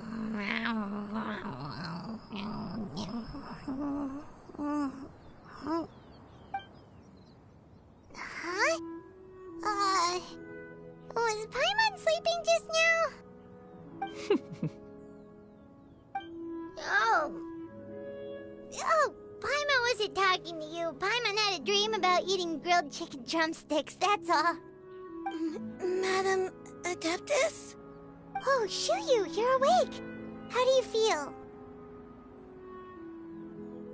I feel a little better. Thanks. I know I'll see Granny again someday, so I don't feel so sad anymore. Madam Adeptus, could I ask you something? Would you take me in as a disciple? Oh, and have you reasons for this sudden interest? I know Granny thought what she did back then was wrong. She felt really bad about it. But without that mistake, I would have never been born. Even though Granny lost her memories, she never forgot to show me how much she loved me. So, I thought maybe one day I could become a cool Adeptus like you and help a whole bunch of people, just like Granny wanted to do. Upon some reflection, one supposes you are no mere mortal. The fact that Yuendai's blood flows through your veins is proof enough of that. If this is what you desire, one shall make it so. Thank you so much, Madam Adeptus. No, I mean, Master. Xianyun, are you sure about this? Paimon's gonna let you in on a little secret. We've seen Cloud Retainer's 2 other disciples, and they pretty much eat nothing but bitter herbs like Genshin and violet grass.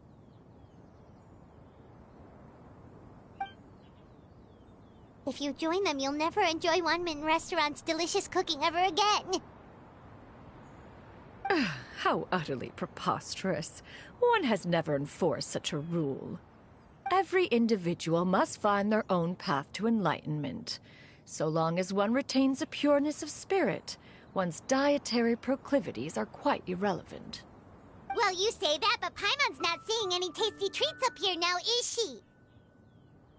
Although Mount Outsong is rich in natural beauty, its location does preclude access to certain finer mortal comforts. That is precisely why one plans to relocate to Liyue Harbor. Xianyun shall have the honor of becoming one's first disciple in the human world. Whoa! You're leaving Mount Outsong?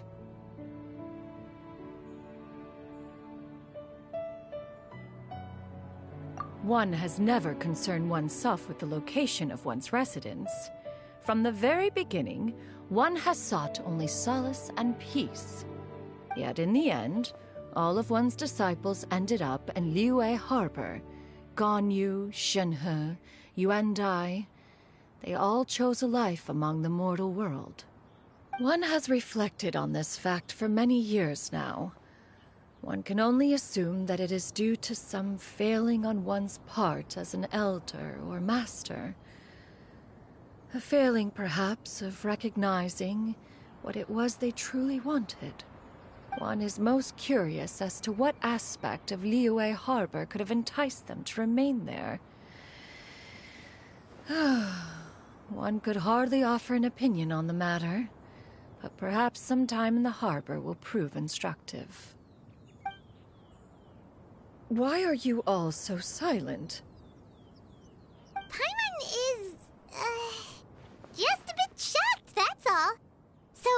Does this mean we can grab a meal together in Liyue Harbor sometime?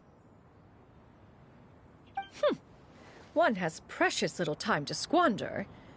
However, if one finds oneself otherwise unoccupied, one would not be opposed to the idea.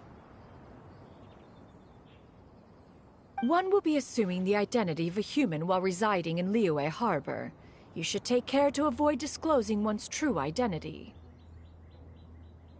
Don't worry, we'll help you keep it a secret. So, when can we expect to start seeing you in the city? Perhaps in 2 days' time. One has some matters to see to before one's departure. Preparation is the key to success, after all. One plans to put up various items from one's collection for sale. The earnings should provide for a comfortable living in Liyue Harbor. One has already picked out a handsome property near Chuhu Rock. 'Tis no small purchase, but what is mortal life if not one expense after another?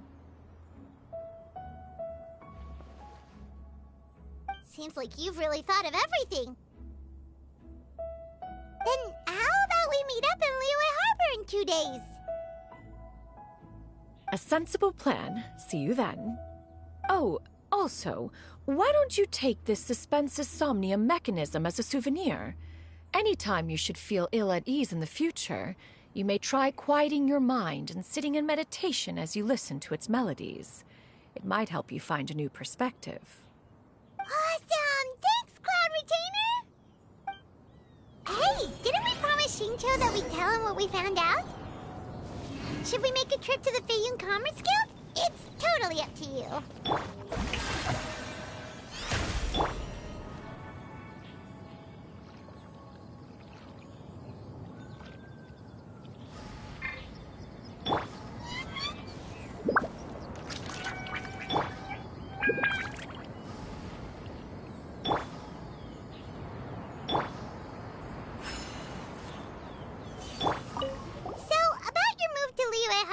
You gonna tell the other Adepti about it? I have left an explanatory note in my abode.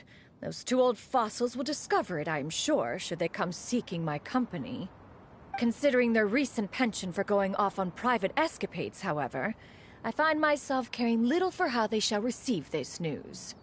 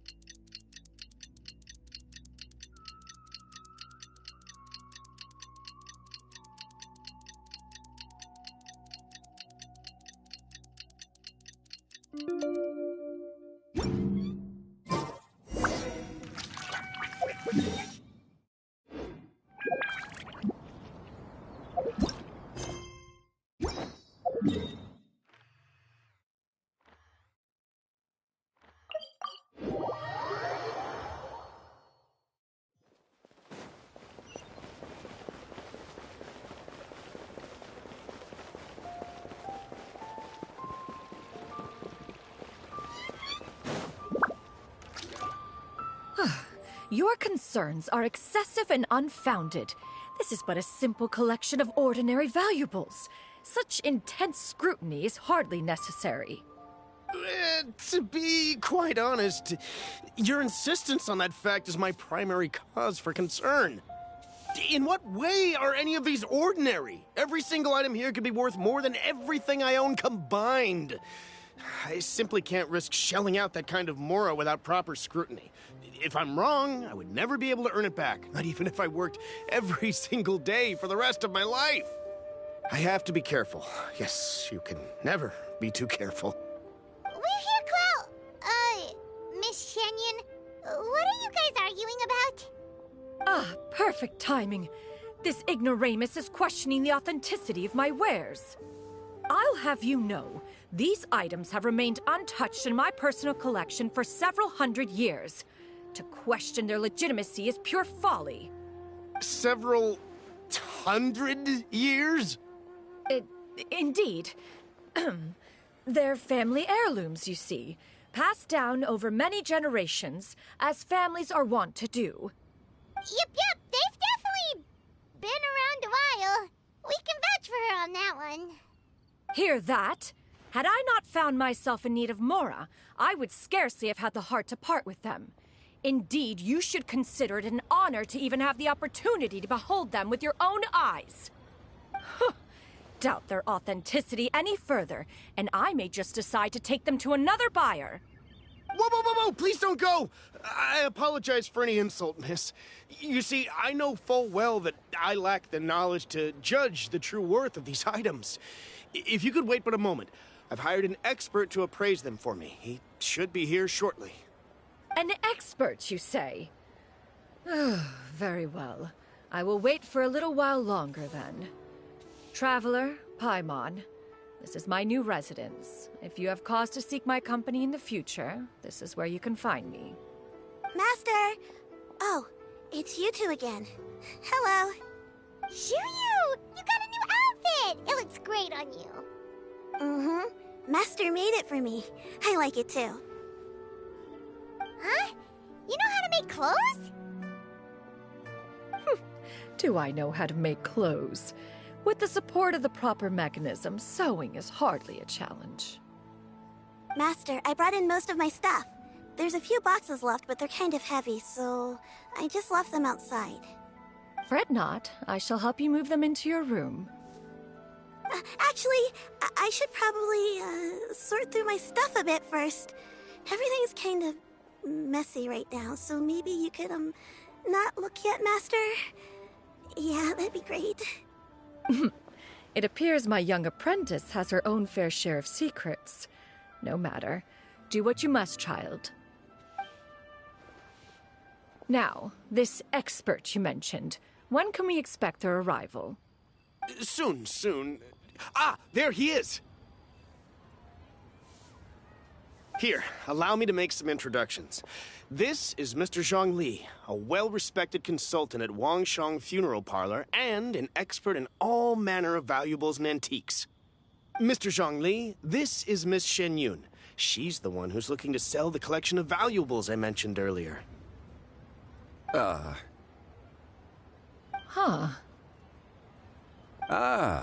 If it isn't Miss Xianyun. It has been quite some time since our last meeting. What a serendipitous reunion. Indeed, most serendipitous. Have you been faring well as of late, Mr. Zhongli? Quite well, thank you. I was fortunate enough over the past few days to enjoy both a stroll in the mountains and a fresh brew of tea from the most recent harvest. The experiences left me with such insight and peace. Huh. So you two are already acquainted? Indeed. How fortunate we are that fate has brought us together again. If you are otherwise unaware, allow me to inform you that Miss Xianyun is a well-regarded collector and appraiser. She is well-versed in all fields, and oft-celebrated for her impeccable taste. You stand to gain much from this opportunity. You are too kind, Mr. Zhongli. True collectors pride themselves on their wealth of knowledge and eye for detail. I can say without a doubt that you are foremost in that regard. Why, you flatter me, Miss Xianyun. It would seem that you are as self-effacing as ever. Not at all, Mr. Zhongli. Not at all.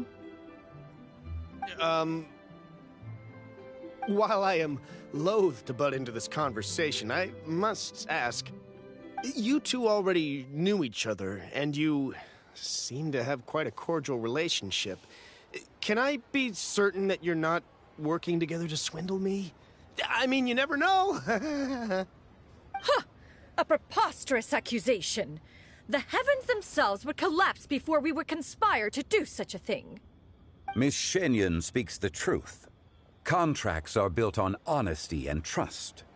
If that proves to be beyond your capabilities in this instance, this transaction may be taken elsewhere. Say no more. Let us depart. I jest. What fool would still harbor doubts after Mr. Zhongli himself has vouched for the goods? Miss Xianyun, wait!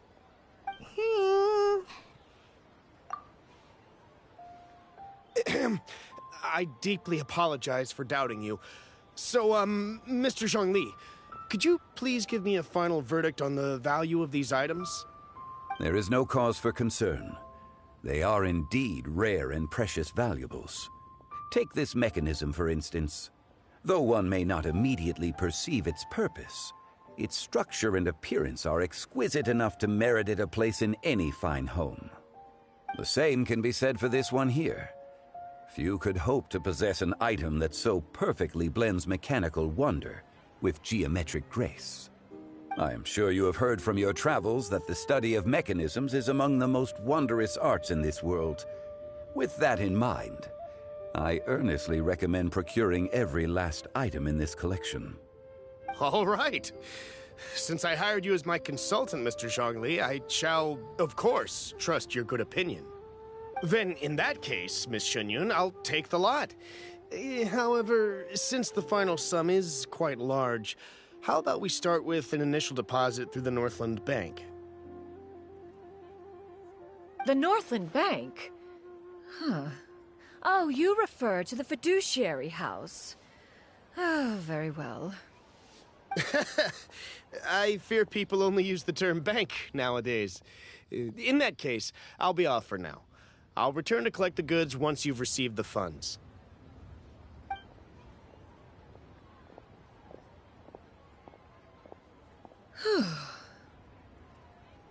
Zhongli!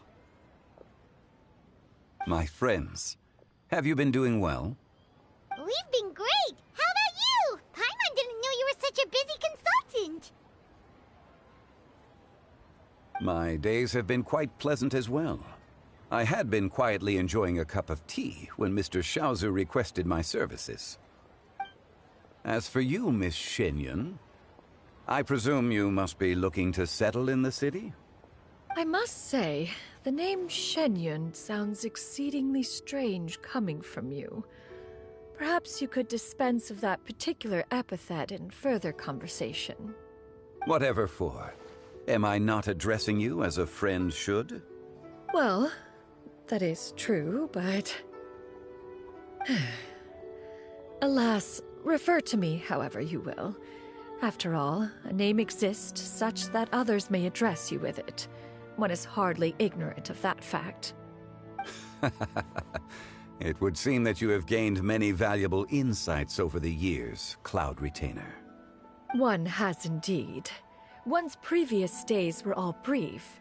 Now that one has made up one's mind to move and settle, one has gained a much better appreciation of the hubbub and commotion of the city, as well as the people's hard work and ardor.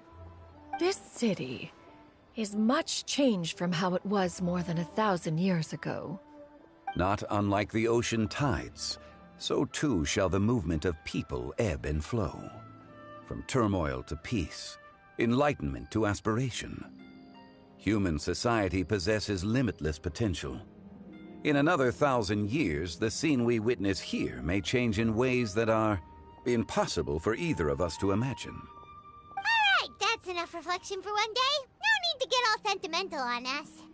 You make a valid point, Paimon. Now that the sale has concluded, what say one plays the host as we try some specialty dishes together? One must profess great interest in trying bamboo shoot soup. Perhaps you have forgotten, Cloud Retainer, but I once tried my hand at that dish. You were at the table on that occasion, so logic dictates that you should have already tried it. Oh? What occasion was this? It was a reunion between friends several centuries ago. Alas, you must have been too preoccupied to secure yourself a portion. Or perhaps our other companions simply availed themselves of faster reflexes on that occasion. Hardly. 'Twas most certainly out of consideration for the others in attendance. In but a moment, one will show you what it means to have a true deftness of hand. It is settled then. Bamboo shoot soup, mora meat, crab roe tofu, triple-layered consommé. We shall enjoy the lot. One has already passed word to Xianyun and Ganyu to make a reservation. It is prime time for them to meet one's newest disciple. Is that agreeable to everyone? It should be a most splendid occasion.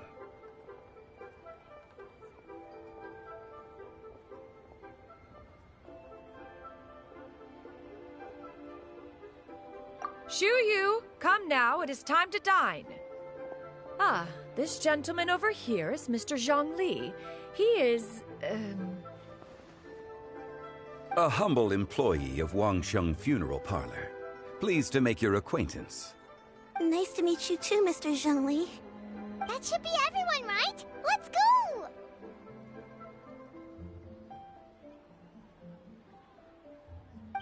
Sounds good. Actually, Master, have you ever tried Adeptus' temptation? I heard it's impossible to stop eating after even just one bite. You know, 'cause it's super tempting and stuff. Is that true?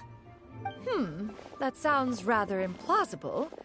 Although with the right preparation, certain dishes can be too delicious to resist. Huh? Why are you all walking so fast? Hey, wait for Paimon! Hey, wait up!